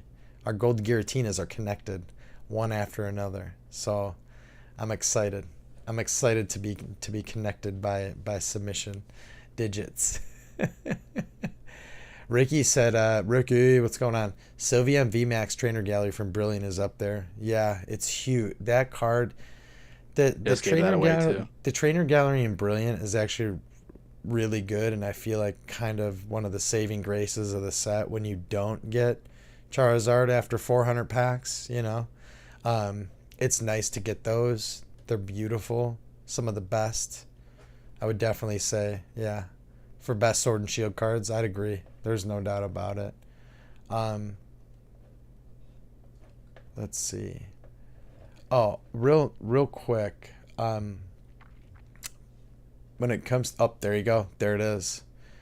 I mean, there's 2 of them though, right? There's the one that's up, that's above that the one. lighting is not that great. That's with the Umbreon that's with Karen, I think it is, right? Like I think both of those ones are the ones that are at the top of the trainer gallery. Like value list. Paladin card says I grade all Raichus. I'm talking uncommon, common, etc. for my personal collection. Right. I mean, PaladinCards20.com. You guys want to check out Paladin? I commonly have seen the Raichu. It's like part of your logo, so I should have known. I should have known. That's awesome, though. Really, really cool. See? Just grading for the personal collection. I'm glad he collects commons and uncommons too. Raichu's sweet. Raichu, hot take, way cuter than Pikachu. Prove me wrong. Come on. Like, are you serious? You'd rather hug a Raichu. Like, dude. It's like a big fluffy dog. Are you serious? It's hard to beat. Stephen Collect says, is Bilal about to yell again? It did sound like he was starting to get riled up earlier, didn't it? Randy Gold says, my 90s sports card collection crashed and it still has not recovered. Here we go. Literally, he has a collection that has done exactly this. It happens, So do not, I think Dub had said this before, pay your bills, right? And then pay yourself, pay your family, something along those lines, and then pay your Pokemon, something like that. and it really should be like the last priority. And I feel like there are times that I have to remind myself, especially that, like, hey, like, we're doing this for fun. You have to, the day you lose sight of that, it's like you really need to take stock, kind of, check yourself. Dizzy Hippie says, I sell vintage clothes. It's the exact same thing in that market. Things are only worth what someone is willing to spend. This is true. The crazy thing about vintage is vintage did go up during that 2020 Pokemon craze. It did increase in quote unquote value, and then it just crashed right down. And that, for me, I like vintage because of the fact that it's lower populated, and I can actually afford to get like some of these pieces. Like for me, my big bosses were gonna be like Snorlax and Scyther and Kangaskhan. Like all the big names in the jungle that are gonna be tough to get is because they're lower populated. But those cards were wicked expensive back in 2020, but now it's like kind of affordable if you save enough and you wait enough. But I mean, that's just my goal personally. If it comes to modern cards, throw it in an ARS slab and I'm happy as a collector. Yeah, that's cool though. I love that. And then you don't gotta wait a long time. Usually the turnaround's really fast too, because it's less popular. Um, I think that's huge. You know, that's a really really big deal. Pokemon beat me up and take my money, says Stephen. Oh my gosh, that's amazing. Yeah, it's true, Clamp. If you guys don't see it, I don't know why it wouldn't be up there because I'm looking at it. It just says ask us anything. So you should be able to, you have to click it and then you type it just like you'd be That's typing in a okay. I mean, chat. I have some questions for Kang Scranton Clamp though, personally. Oh, I okay. I always have questions, you know me. Yeah. I I'm curious to see where do you see yourself in like a year or two now. Krantz, I know you have a channel, Clampan, I know you're a collector, of course, you'll probably still be collecting, but what are your goals for a year from now or 2 years from now, for that matter? For me, the goal that I'm working on right now is getting all of the full art trainers. So for black and white, I'm missing two out of eight. Black and white barely has any because it was the first time full art trainers debuted. Yep. X and Y, I just bought the last one that I needed, so now I'll be complete 24 out of 24. Um, for Sun and Moon, not including Tag All Stars. Tag All Stars is like a sore subject for me because there's cards that I may never be able to get from that set. So I Do you know which am one just specifically? a sightseer. Right. That one's Um, tough. the Erica I bought in Chinese because I don't care as long as it's I my goal is just to have one of the artwork. I don't care what language it's in. But Sightseer, I don't know. That's why like I'm hoarding these slabs that I have graded that are higher dollar slabs so that eventually hopefully I can sell them and Yeah. have enough money to buy a Sightseer or trade up for a Sightseer. Sightseer is the one So with the hat, correct? yeah, and like the She's shell, turning, facing almost backwards. like oceany themed. Yeah. How much Um, is it at now? I forget. it really ranges. There's days where I see it raw for 1,500. There's days I Yeah. see it raw for 3,000. What There's about in slab Korean or one. Chinese? It has not come out in Chinese. And it might be because it might be a tournament promo pack card, Hmm. which and Chinese promo pack cards impossible to find. Chinese cards in general, singles are very hard to find because not many get listed because in China they're very big on using their own kinds of eBays and stuff like that. They don't really use normal eBay very often. So my goal will just be to finish at least the regular um, Sun and Moon trainers that appeared in English. And I'm missing five, and there's a total of 84. I'm caught up with Scarlet and Violet trainers as of right now. Generally, when a new set comes out, I like to try and complete them quickly so that I don't have to worry about them, and then I can kind of focus on going back to the Sun and Moon. Um, I now have probably the most expensive Sun and Moon trainers, which was kind of my goal because they're going up daily. Daily, the prices are going up. So I like bit the bullet. I bought the Lily from Ultra Prism, but I got it at a really good deal. I bought the Erica's Hospitality from Team Up. Um, I kind of tried to knock out the really expensive ones right away so that later I'm not like, oh, now it's a $300 card when it was a $100 card, last week. Um, a lot of the Cosmic Eclipse trainers like jumped $20, $30 in a 1 month span. So I'm always looking at pricing of trainers, trying to decide, what is the next one that I need to get. Um, Thankfully, because the Sun and Moon trainers have skyrocketed, the black and white trainers have tanked, because the iris from black and white used to be like a 200, almost $300 card.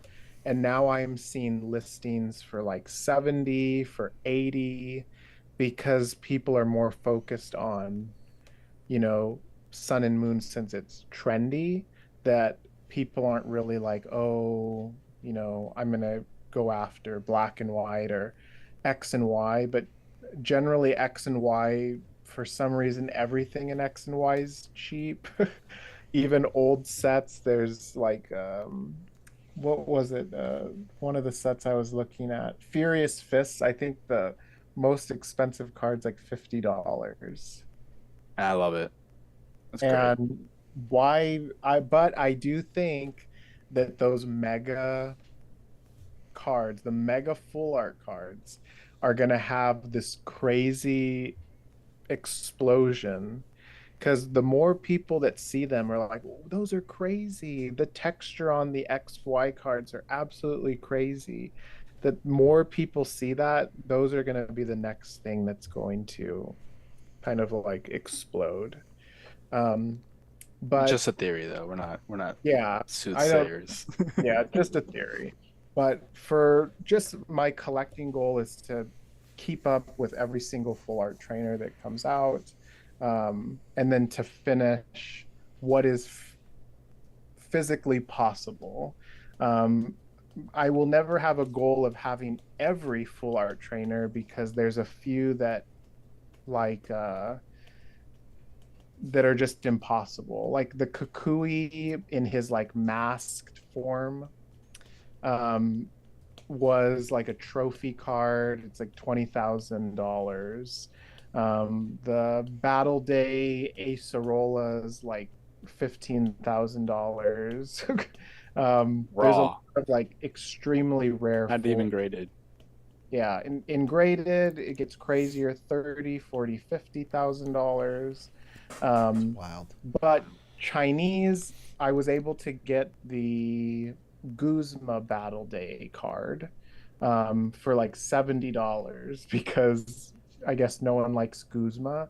So I do have the Chinese version of that card, but because the Japanese Acerola and the Lily are so expensive in Japanese, people have gone after the Chinese version. So now the Chinese versions are multi-thousand dollars, just because it Hmm. was a way to get the same quality and the same art for much cheaper. Um, Hmm.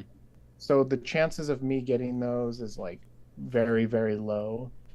So Still a good goal though. I don't have that as a goal, and it doesn't bother me to not have them. Right.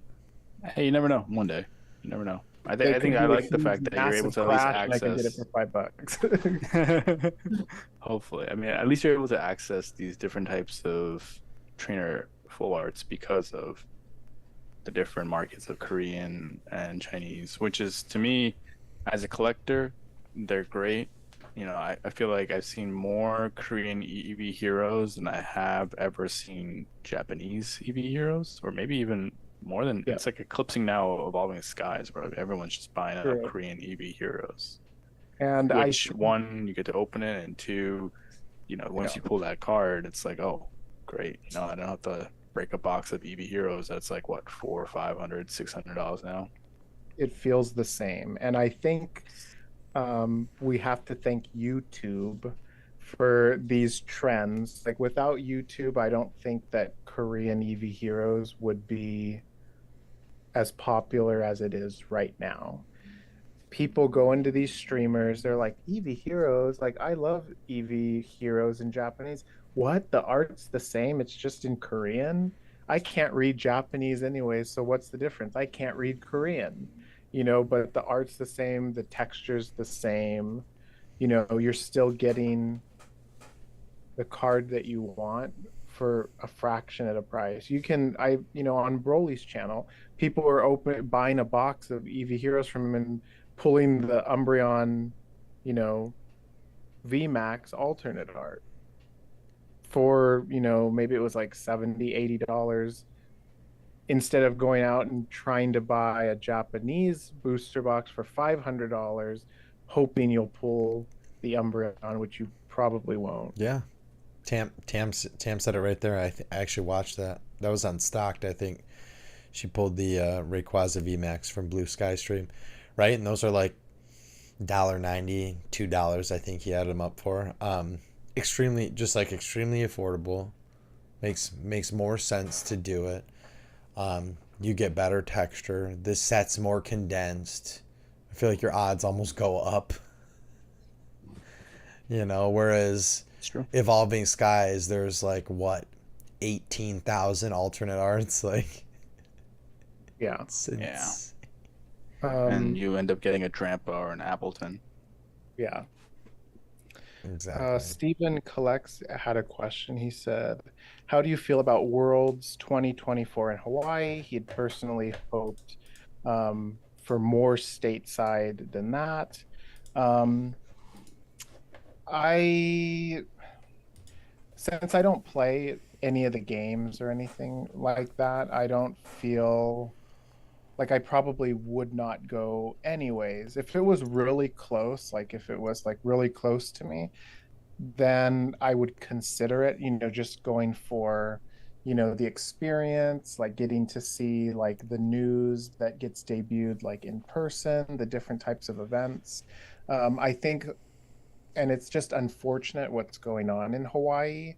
Um, I think it's like an unfortunate announcement, time. But for other people, I do wish it was like more, stateside, the big landmass, so that more people would have access to it because flights to Hawaii are not cheap. Like a flight from, another state to another state would be. Hotel fare in Hawaii is like on a completely different level. Hawaii does feel a little bit less practical for average people. Yeah. And I had my buddy ask me, it's like, do you want? Should we try to go? Like film some content, because he's like he helped when I'd asked him like what kind of camera I should look for, so he does a lot of that stuff. When we were talking about, I'm like, I didn't even know Worlds were in Hawaii, and then he sent me the message today. I'm just like, I don't know, man. I'm like, it's more so for people that are really playing the game, and more of our community would be, at a different event. I would say just a different event. So, but yeah, Hawaii is. I think it's cool. Very. I mean, I feel like an outlier with my Worlds being in Hawaii. To me, it makes no difference because, one, I don't plan on going to Worlds, but, I'm not surprised. Hawaii, big tourist attraction, make people feel like it's not just you're going for Worlds, you're going for the experience of Hawaii as well. But I'd much rather go to like a local card con type of thing, like in California or wherever you're at, or something close by, because I feel like the bigger it is, the smaller you feel in terms of getting to experience, I guess you could say, like the true feeling of Worlds. I'm not really sure. Obviously, I've never experienced it, but going to a card con, that would be like my top goal for the future, for sure. Like, it doesn't have to be like the Nationals or like something crazy like that, but That'd be awesome, though. it's a great question though, Stephen. What state would people want it to be, if like, because I know card party is really big and everyone wants it like nearby, not just the West Coast. So I know Pat mentioned that he was announcing it soon because they just agreed onto the venue. So he didn't actually do it just yet. But I think once the announcement comes out, people hopefully will be like, it's not going to be in California. It would be more like maybe in the middle, a little bit halfway of the U.S. Texas, maybe? I'm nervous. I don't want to talk about it. I'm worried about where it's gonna be. But I feel To go back to what we were discussing earlier, I though, just I Krantz, what are your goals? um well, you know what? One of my goals here is I want to read some of these chats real quick. Um so Smack Daddy had mentioned, I don't like how people don't state that Korean EV Hero boxes don't guarantee an SR. And I mean, this is true. Is it? Did we have one box that didn't have one? Yeah, we had one box. And I feel like that was out of like over 25 boxes roughly. So it's true. Like we've seen it happen. Um, and I'm that's, always screaming that it's not guaranteed. Like I'm always like, Yeah, it's not guaranteed, it's not that's true. guaranteed, it's we not try to be guaranteed. transparent as possible. Because I But I do think, I do see that where it's kind of like, oh, what's your SR gonna be? Like, what do you right, mean? right. It could be nothing. Right. It's also the fact that like English booster boxes also don't have a guarantee for quote unquote alt art or special illustration rare. Right. True. More than Hey, likely you will get a one, but it's also not guaranteed. you guys, we just got a raid from Gladiator Collectibles. What's going on, you guys? Welcome in, Raiders. Hey, Igawa, Kurotakashi, welcome in. Nice to see you as well. Infinite Kiwi, Albert, Car Party Orlando, he says, honestly, and that's what I was thinking. I'm like, if they're going to send it somewhere, it might just end up in Florida because of the weather. Like, it's, and Texas is like, I don't know, man. I just don't see it happening in Texas. should do it in Delaware, no taxes. Let's go, baby. We're in Delaware. We're in Right near Delaware. Mike Brees, the Sir Lurk slot, welcome in as well. Nice to see you. Um,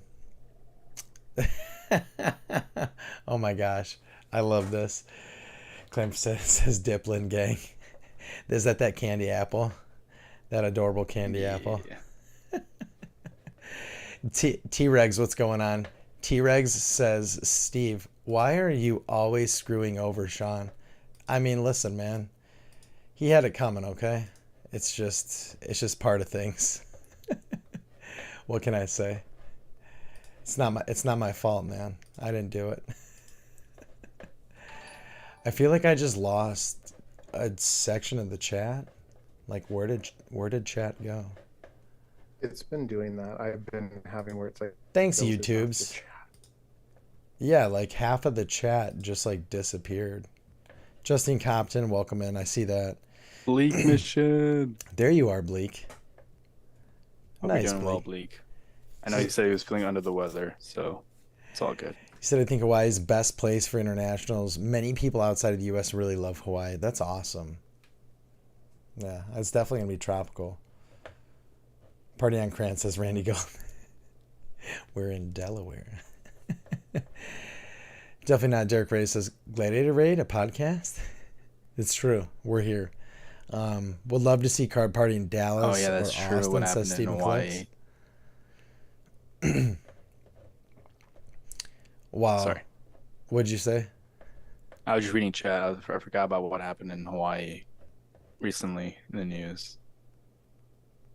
The was it the wildfires that happened? So kind of like bad timing almost. Too soon, too soon. It's a shame. Bear down for midterms, too soon.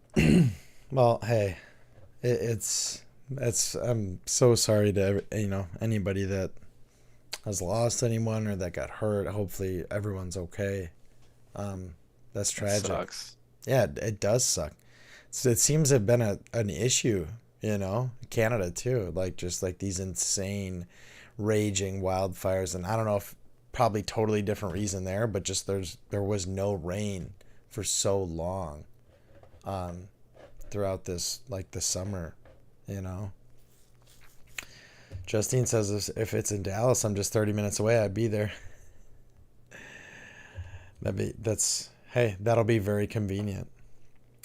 Bilal, I don't want to be rude. I want to answer your question. You have to have a It's general okay. Hey, we have time, don't worry. idea of what my goals are. Where do I see myself in a year?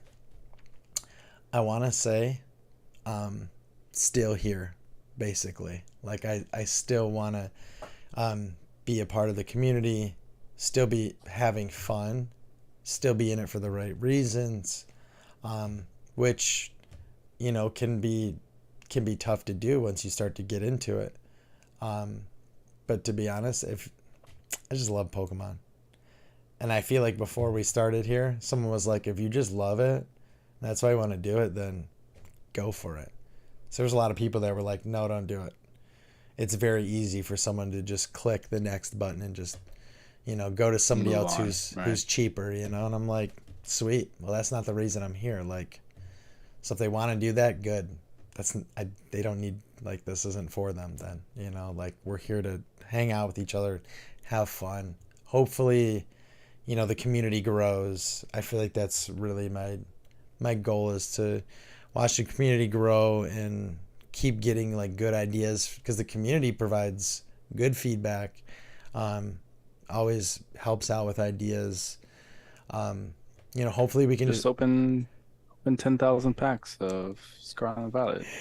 I Easy think content. I think one of my big goals is to do pre-recorded content that's like really well produced. Um, I'm noticing a lot of like for example, that that the I don't want to call it the card party video, but the video that DPM made about like setting the Guinness World Record. It's a lot of editing. There's so many cuts. It's a lot of marketing. I feel like nobody has done the cinematic approach yet, and my guy, like, Hmm. that's what they do. So like I'm excited to make something that's a little bit more cinematic, but still like man on the street, like being interactive with people, but really getting it shot, like probably shooting it in like 24 frames, which if you guys aren't familiar with it, like look up a lot of cinema, like a lot of stuff like that shot in 24 frames. And I think that's more so what we're trying to go for. I really just want to make like something different. Like I feel like we can bring something different to like content, and maybe even just like this whole setup of like face camera, card camera, like maybe there's more we can do. Like Thick Branch Shark gets a out. camera. Like on Stephen Collect's channel, he has emotional support Gengar. Like these things Love it. are like they are better than the cards themselves. Like it is so fun. So we need more of that. Like we have to get more of that. Um, but I think that's basically my goal. Just keep Good having goals. I love keep having fun. Bilal, what are your goals? it. I I have small goals. I mean, if I'm being honest, which I always am, I'm not worried too much about subscribers. I don't push like, subscribers or likes or comments too much or barely anything. I just want to hang out with people and have a good time and just talk shop like we are doing right now almost. I want to do more how-to videos. I feel like there's an educational gap there too, where people just don't know certain things.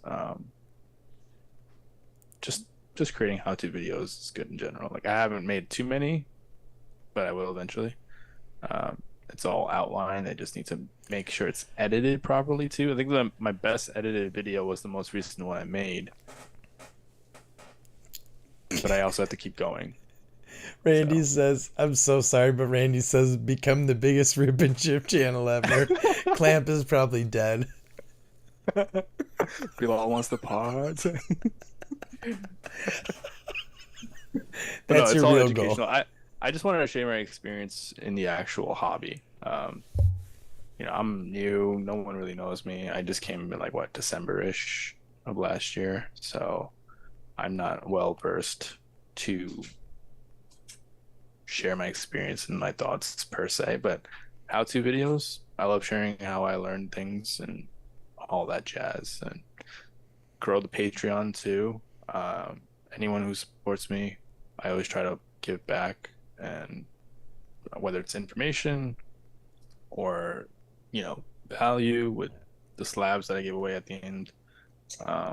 That's my goals, but realistically, have fun, explore more TCGs too, because I feel like playing the game is also what makes me have fun too. Like I love competitiveness between the gameplay between Pokemon, and also I dabble in One Piece.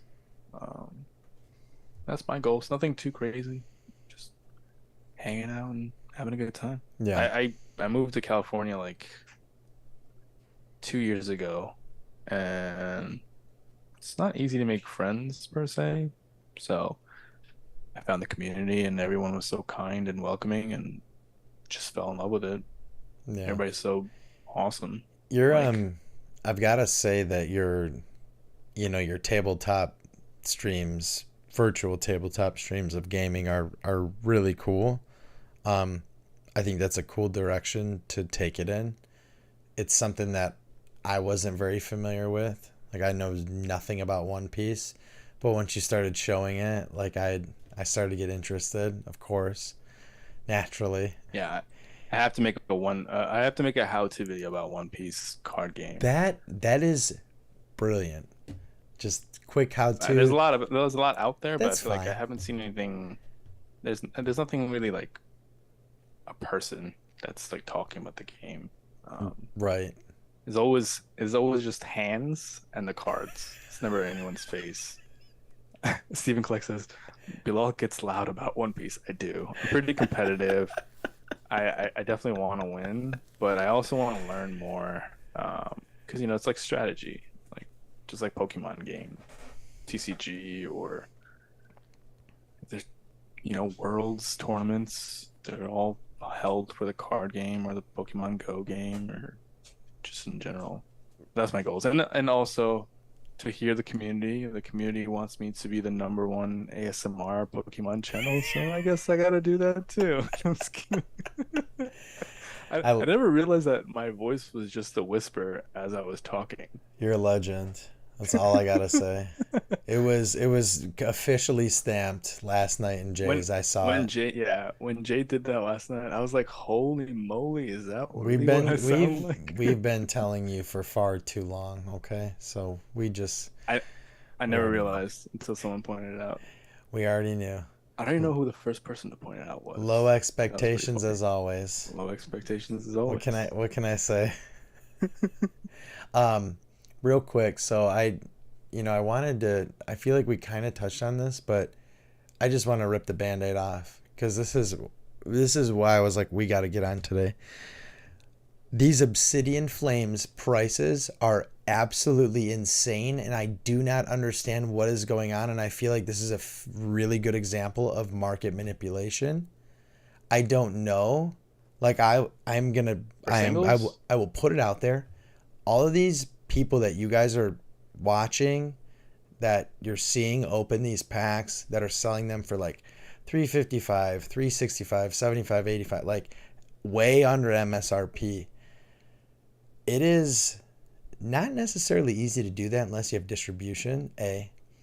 B. We're seeing like market value of like ETBs. What did you say they were at, Clamp? Like 40, what were they? Like for a while, I was seeing some at like 39.89, and then it went to like 42, like 50. It's it's like so odd to me what is happening right now. Like Yeah, you make a good point. I don't understand it. Like Well, the best explanation I can feel like I can see based on my experience would be like how we knew that with the Scarlet and Violet era that all Pokemon packs were gonna go up by, 50%. I'm sorry, 50 cents. So we saw that coming, and then all of a sudden it just came back down. Unless you're buying from a retail store, you're not gonna pay full MSRP. So I think maybe connections and somehow, maybe even somehow taking a loss just to help out the community. That may be a possibility as well. right. And hey, Or just yeah. it's you know what? I did it. Plug. I put 18 six-pack bundles in the store. The packs are roughly about 385 a piece for the stream on Saturday because I'm like, well, I just feel like I have to do it now, which is not necessarily the best thing because like everybody that's doing this, like they're taking all the risk, right? And I could I could not sell these. Like I could just keep them and I would be fine. But there are other people I know that like if they can't move them, they're either A not getting anymore or B they're destroyed financially. So it's like I'm starting to see this like I don't want to call it crash, but how is this not a sign of something like We'll, is it we'll because they see more released in them out of depth. order? Like Japanese got 151 first. Like Yeah, more people are hyped about 151 for sure in English. I think that's more people are kind of like being more reserved with Obsidian Flames because, 151 is really where the nostalgia hits because, Obsidian Flames, sure, Charizard, but then outside of Charizard, you have Gita, Poppy, Ortega, you have other Pokemon such as, the ARs, Palafin, the SARs, Pidgeot. No one likes the car. I love the car. it's sweet. Varoom and It's cool Reverum are looking. amazing. Yeah. Everyone doesn't like the car. I'm sorry, I shouldn't say everyone. I mean, some people that Well, it's a I've seen car, the man. reactions for. Like it's a car. Yeah, it's nothing fancy. It's But a, what's cool is ka-chow, if you read the ka-chow, description, ka-chow.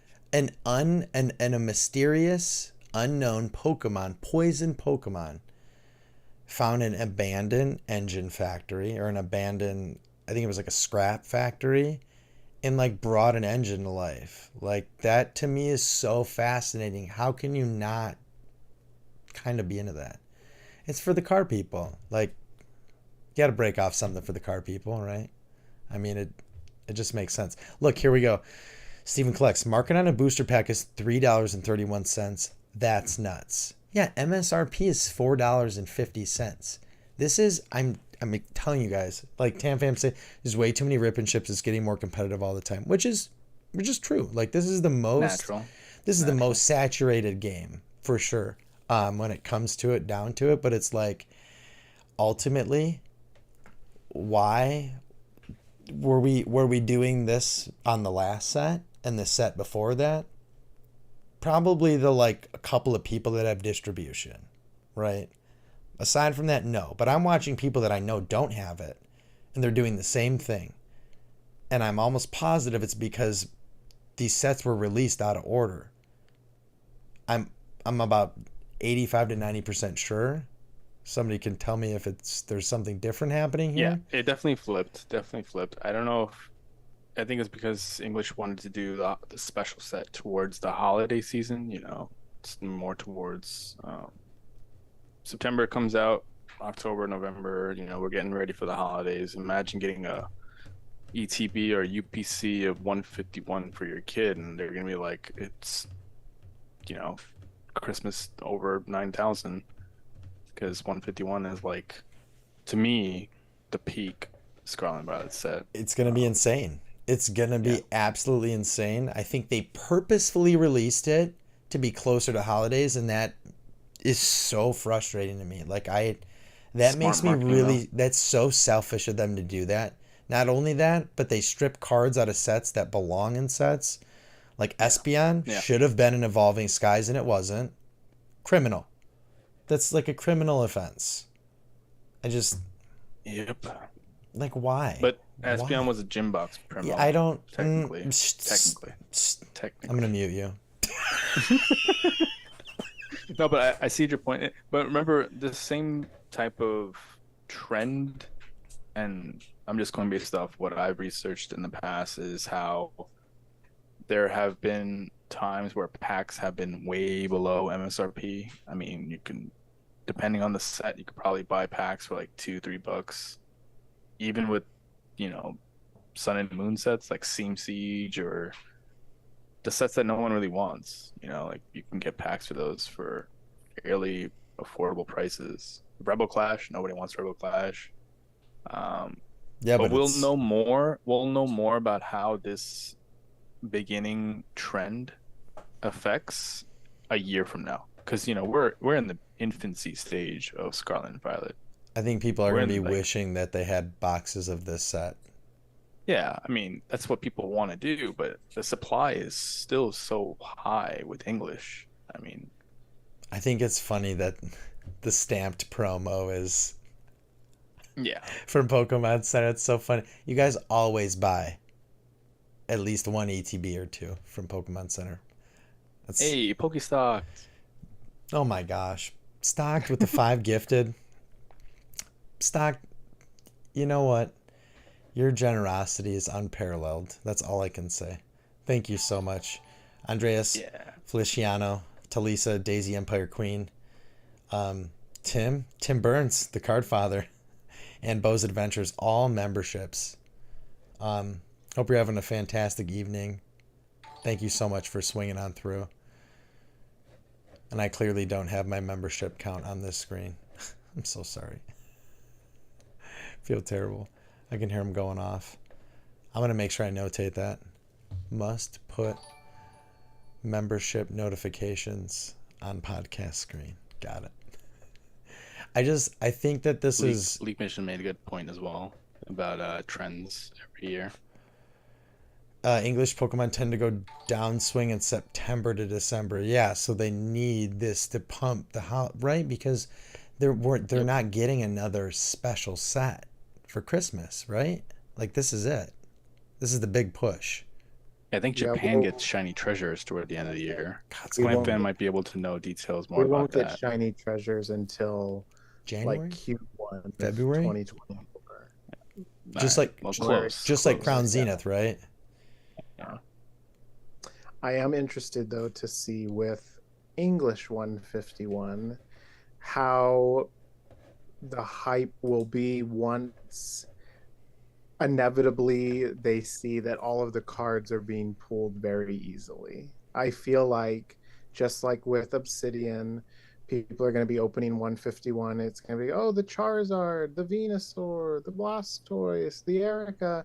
And I've noticed with Obsidian Flames is before the set came out, people were excited and were wanting the Charizard, or they were wanting this, or they were wanting that.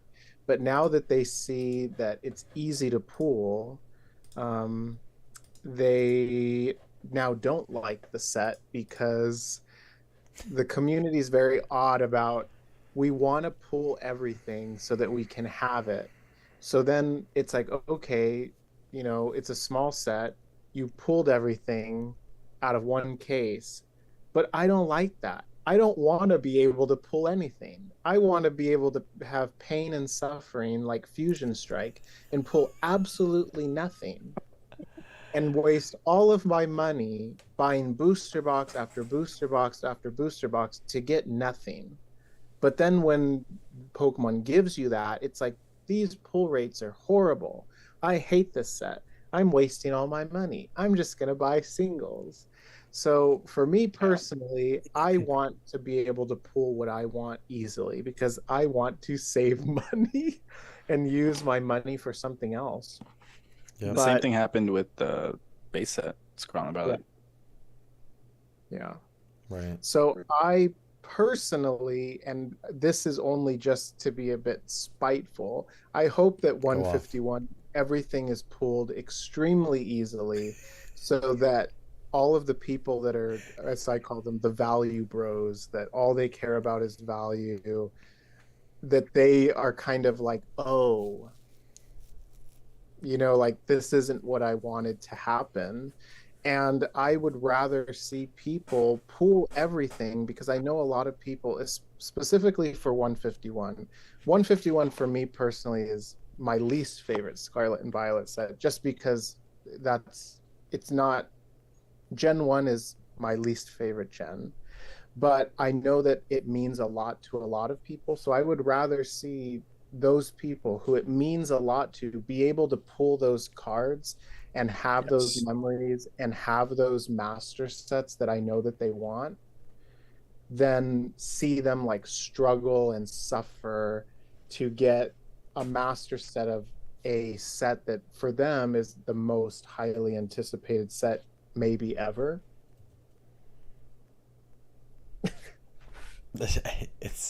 It's seriously though.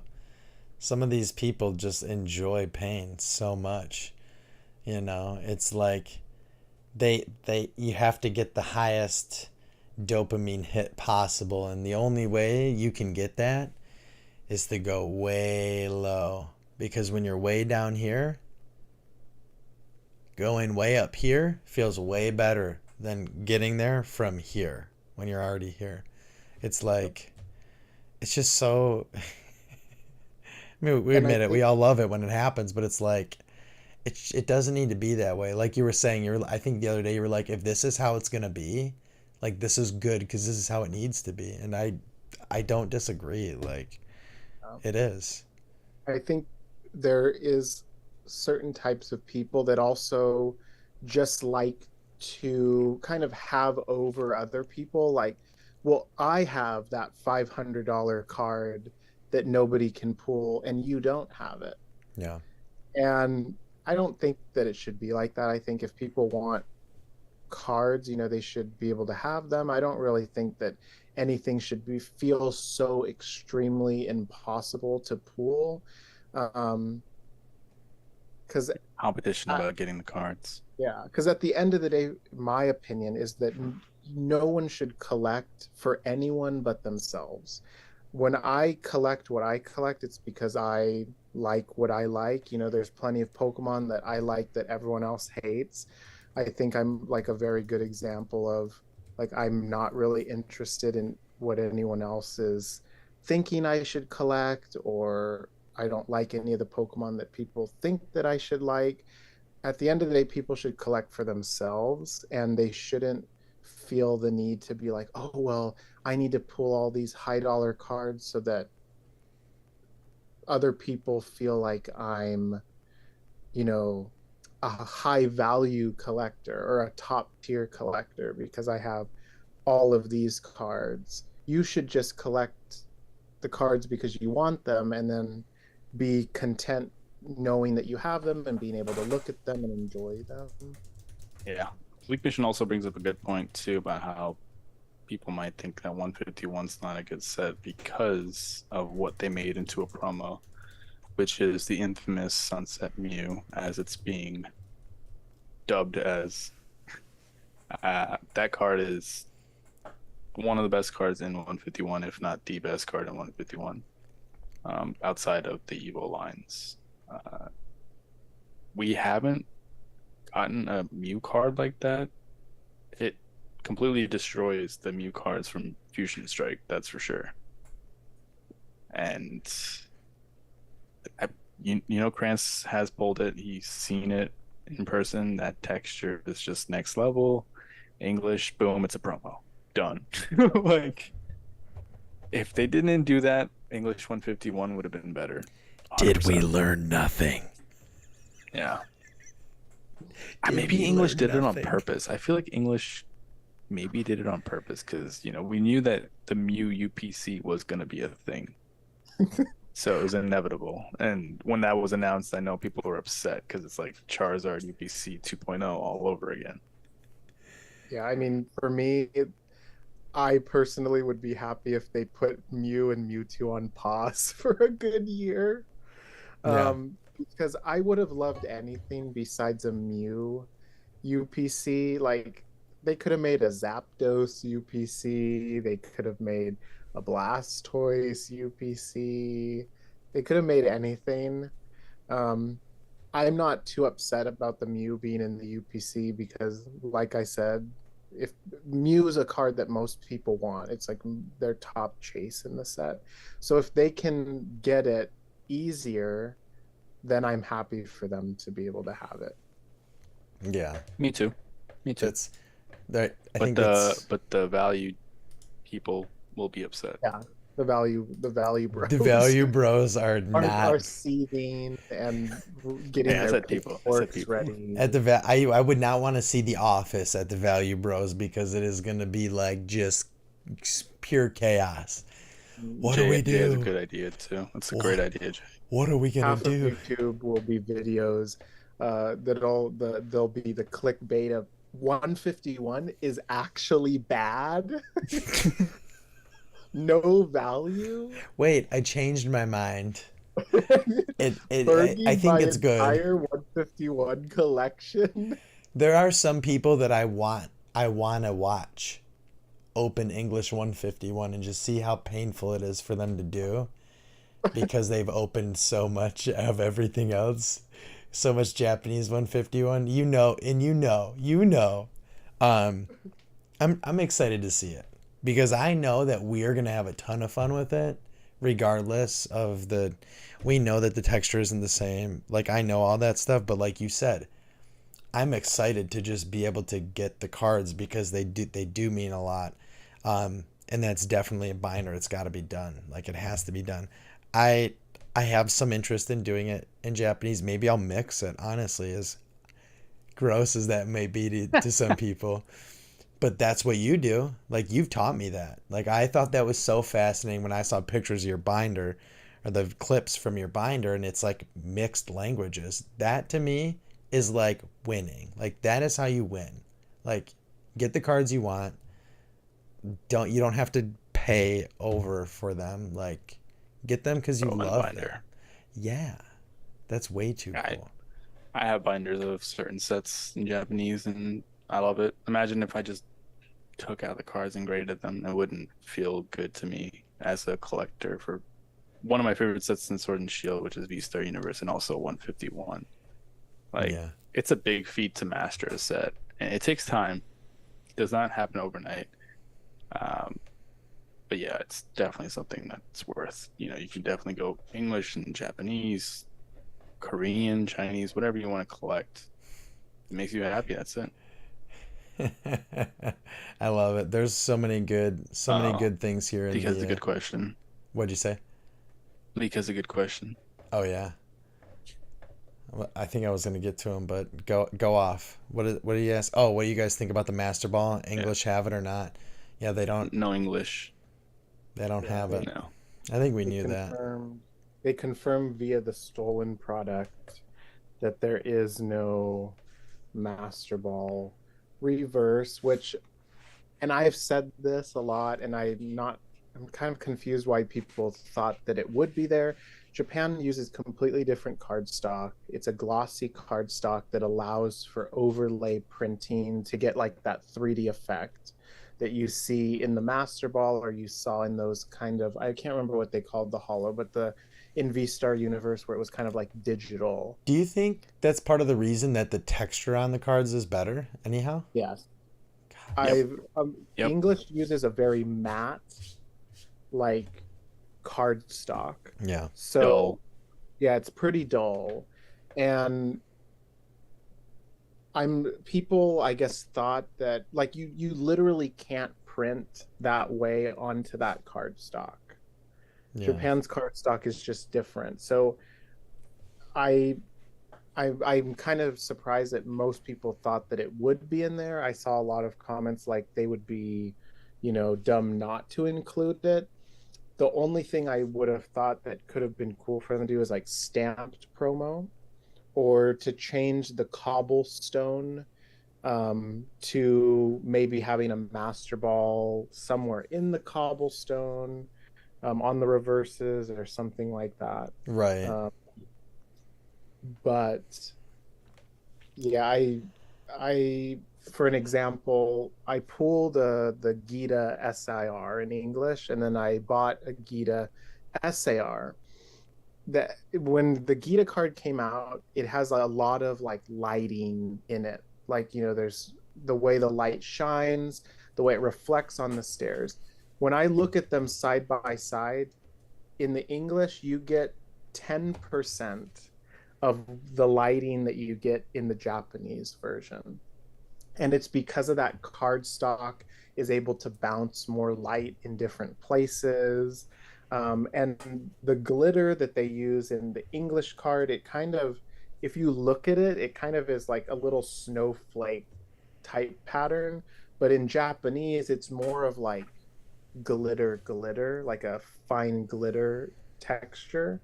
So I don't know. I think it will, though, make the Japanese Master Ball go up in price because it's now Japanese exclusive, pretty much anything that becomes a Japanese exclusive eventually gets really crazy, like It Tag All did. Stars, because it's Japanese exclusive, it got crazy. Um, but do I think that all the Master Balls will get crazy? No. I think it's going to stick to your Erica, your Pikachu, your Gengar. Um, and because Japan's planning on printing so much more 151, they have made to order 151. Japan's making it very clear that they're going to print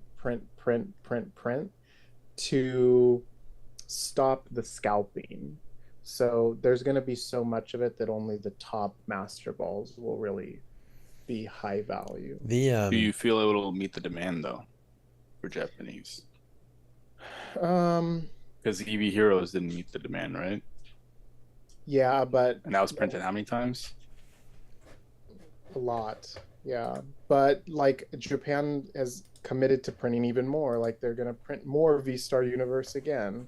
There's rumors that they're going to print VMAX Climax again. That They're would be interesting to see. yeah, there's like it's going around the rumor mill that they're talking about, doing more VMAX Climax because Japan's very aware that like the prices get crazy again, and Japan is very about making it accessible. Lots of Japanese stores were banning adults from buying Pokemon cards. You had to be a student, you had to be a child, and then you could buy 2 packs. You could not buy a booster box. They're trying different things to make it more accessible, and the easiest way to make it more accessible is to print more of it. I mean, I honestly don't personally in my area. I don't know who buys all the Pokemon in the Target stores. I mean, it sure as heck ain't me. Because I buy a couple packs here and there, and then I go back the next day or the next couple of days, and it's just empty. It's a lot of kids over the weekend with Obsidian. Like, I don't know. I don't know. I haven't really personally viewed it as kids, but I've that's just I me. If it's this kids, week, it's great. I yeah, love this that. weekend I've personally viewed it as kids. I went into that Target where I sent you those One Piece decks, where they always have One Piece decks. Yeah. Every single kid in that Target had an Obsidian Flames ETB in their hand, or packs. Um, So I Obsidian Flames is a good set then. because a lot of kids they're about Charizard, Yes. Charizard. Yes. So it's Yep. something that they want, and everyone was telling their parents, Mom, the Charizard, Dad, the Charizard set, and it's like $50. You're gonna use all your allowance money. Like I saw a lot of those types of conversations where generally I see in like game stores, like LCS is where the adults are going Yeah. because I feel like they think it's easier to get there than it is to like go to Target, and 90% of the time Target's like completely sold out. It's a ghost town, or it's like Theft City where the ETBs are all over the place, with the packs ripped out of them. Yep. So I do think for at least this weekend I noticed it's a lot of hype from children because kids watch Rev and a lot of these big YouTubers, and there's always this big focus on Charizard. We pull the most expensive Charizard, the greatest top 10 Charizards. So that's kind of like where they're learning from. So when a Charizard set comes out, they want to feel what they feel when they see Rev pool, all of these Charizards. Yeah. You mean when they start screaming like Yes, the screaming. But the There. screaming is what works. Like, I mean, I love Rev's like out of control screaming over like a common card. Right. And he's always got it first. Meanwhile, I'm just whispering and walking away from the room. This was it. It's always a gasp. It's always me with a gasp. Like, And he's got. take my breath away. It's so true though. It really is. Jason said you can tell the touch how different the cards feel. Personally, don't like the way Japanese cards feel compared to English, even though they look better. It's seriously though, they do, the Korean ones too have this like, they feel different. They're not as like, you can't hold on to them as easy. They're like a little bit more slick. They feel the same thickness, I guess, but there is something that's different. I just find it fascinating that it's comes down to the card stock that's used, and how this is really common though through history, like within the past couple of decades. Like, Japan was completely demolished, and we, rightfully so, helped them rebuild, and they've in turn given us literally everything we've wanted, but better. Like, they do everything better, not just cards. Like, it's a really common theme. I just think it's just like, of course we, the English version of the cards is just the worst possible version. So I just don't get it. I don't know why it has to be that way. It is what it is. It is. No, it's definitely true. Oh, Jay said you want Fusion Strike check lane blisters, Clampy? I think Washington wants them, Jay. So go ahead, buy 12 cases, put them on the site, and they'll be gone in 15 minutes because Right. Washington's gonna buy all of them. They'll be gone instantly. Make sure he gets all his Blitzel promos. I know he wants another 500 of those. He really needs some Serena too. I heard that everybody really wants Serena. That's what I was told. People love Serena. Oh my gosh, you guys. So it's almost about 20 to 1 on my end. About that time? Yeah, I think it's about that time, you guys. We'll wrap this up. I'm really excited to do this again soon. I know that I think we want to do this probably at least like twice a month. I think that would be sweet to try to at least get it in there a couple of times a month. Because there's a lot more that's going on that I know we didn't touch on. So we'll start jotting it down for the next one. You guys, everybody who's in here, Jay's, Steven Collects, Tam Thank you, Fam, everyone. Bleak, James and Elena Collectibles, nice to see you in here as well. Just everybody for supporting Stocked, seeing you come through earlier. Randy Gold, Justine Compton, all you guys, thank you, thank you, thank you so much. This is new. We've never done this before. Was definitely a little nervous, but it feels good to finally, get out there and do it, because I feel like we're always talking. I'm like, we have to Wait. do this. Big shout out to Clamp Fan for coming in, and it's nice to do a little trio action for a conversation. Right. Clamp Fan has a lot of knowledge about the hobby. Yes. It was like, so between like him and Bleak too, like just the amount of knowledge, and like, well, And actually, experience. yeah, like actually this is how it is, and this is why it is how it is like really refreshing compared to like, this is how it is. Boy, you didn't know that? This is how it is. Because you get a lot of that. PSA 11, $1,000. Yeah, Just for how it is, bro. value. Come on. The value bros. The value bros are here. There's nothing wrong with value, guys. You collect how you want to collect. It's just like at the We're end just of the teasing. We're just teasing. right, we are. At the end of the day, it's called generational damage for a reason. And it's because if you're not careful, you could cause generational damage to yours and future generations. So be rational, collect responsibly, have fun. Jay says, I'm just happy to see Clampy in person finally, says Jay. You might get a sneak at Clampy soon, okay? But this is I thought this was a really good icebreaker. Like, where I know other people have these IG combos, or wherever, Discord combos where they have their chats. And I just want to get out there like what some of us have been like feeling and thinking. because I feel like every day, like this new set, you guys know it's Monday, right?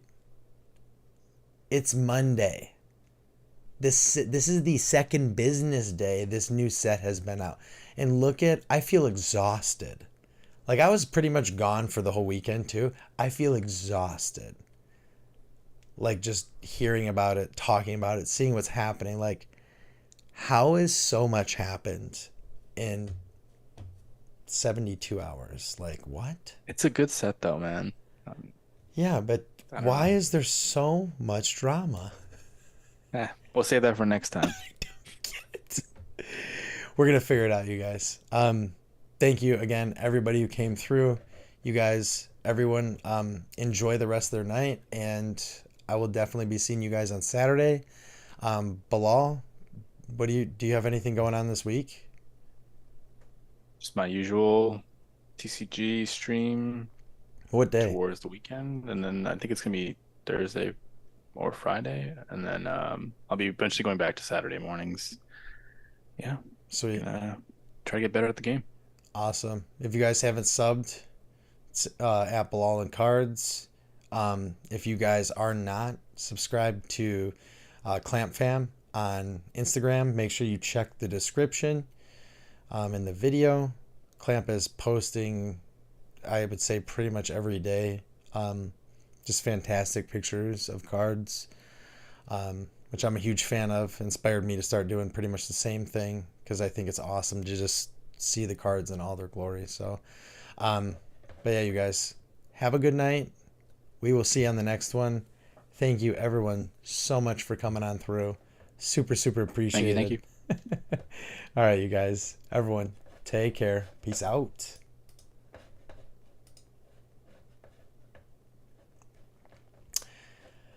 All right.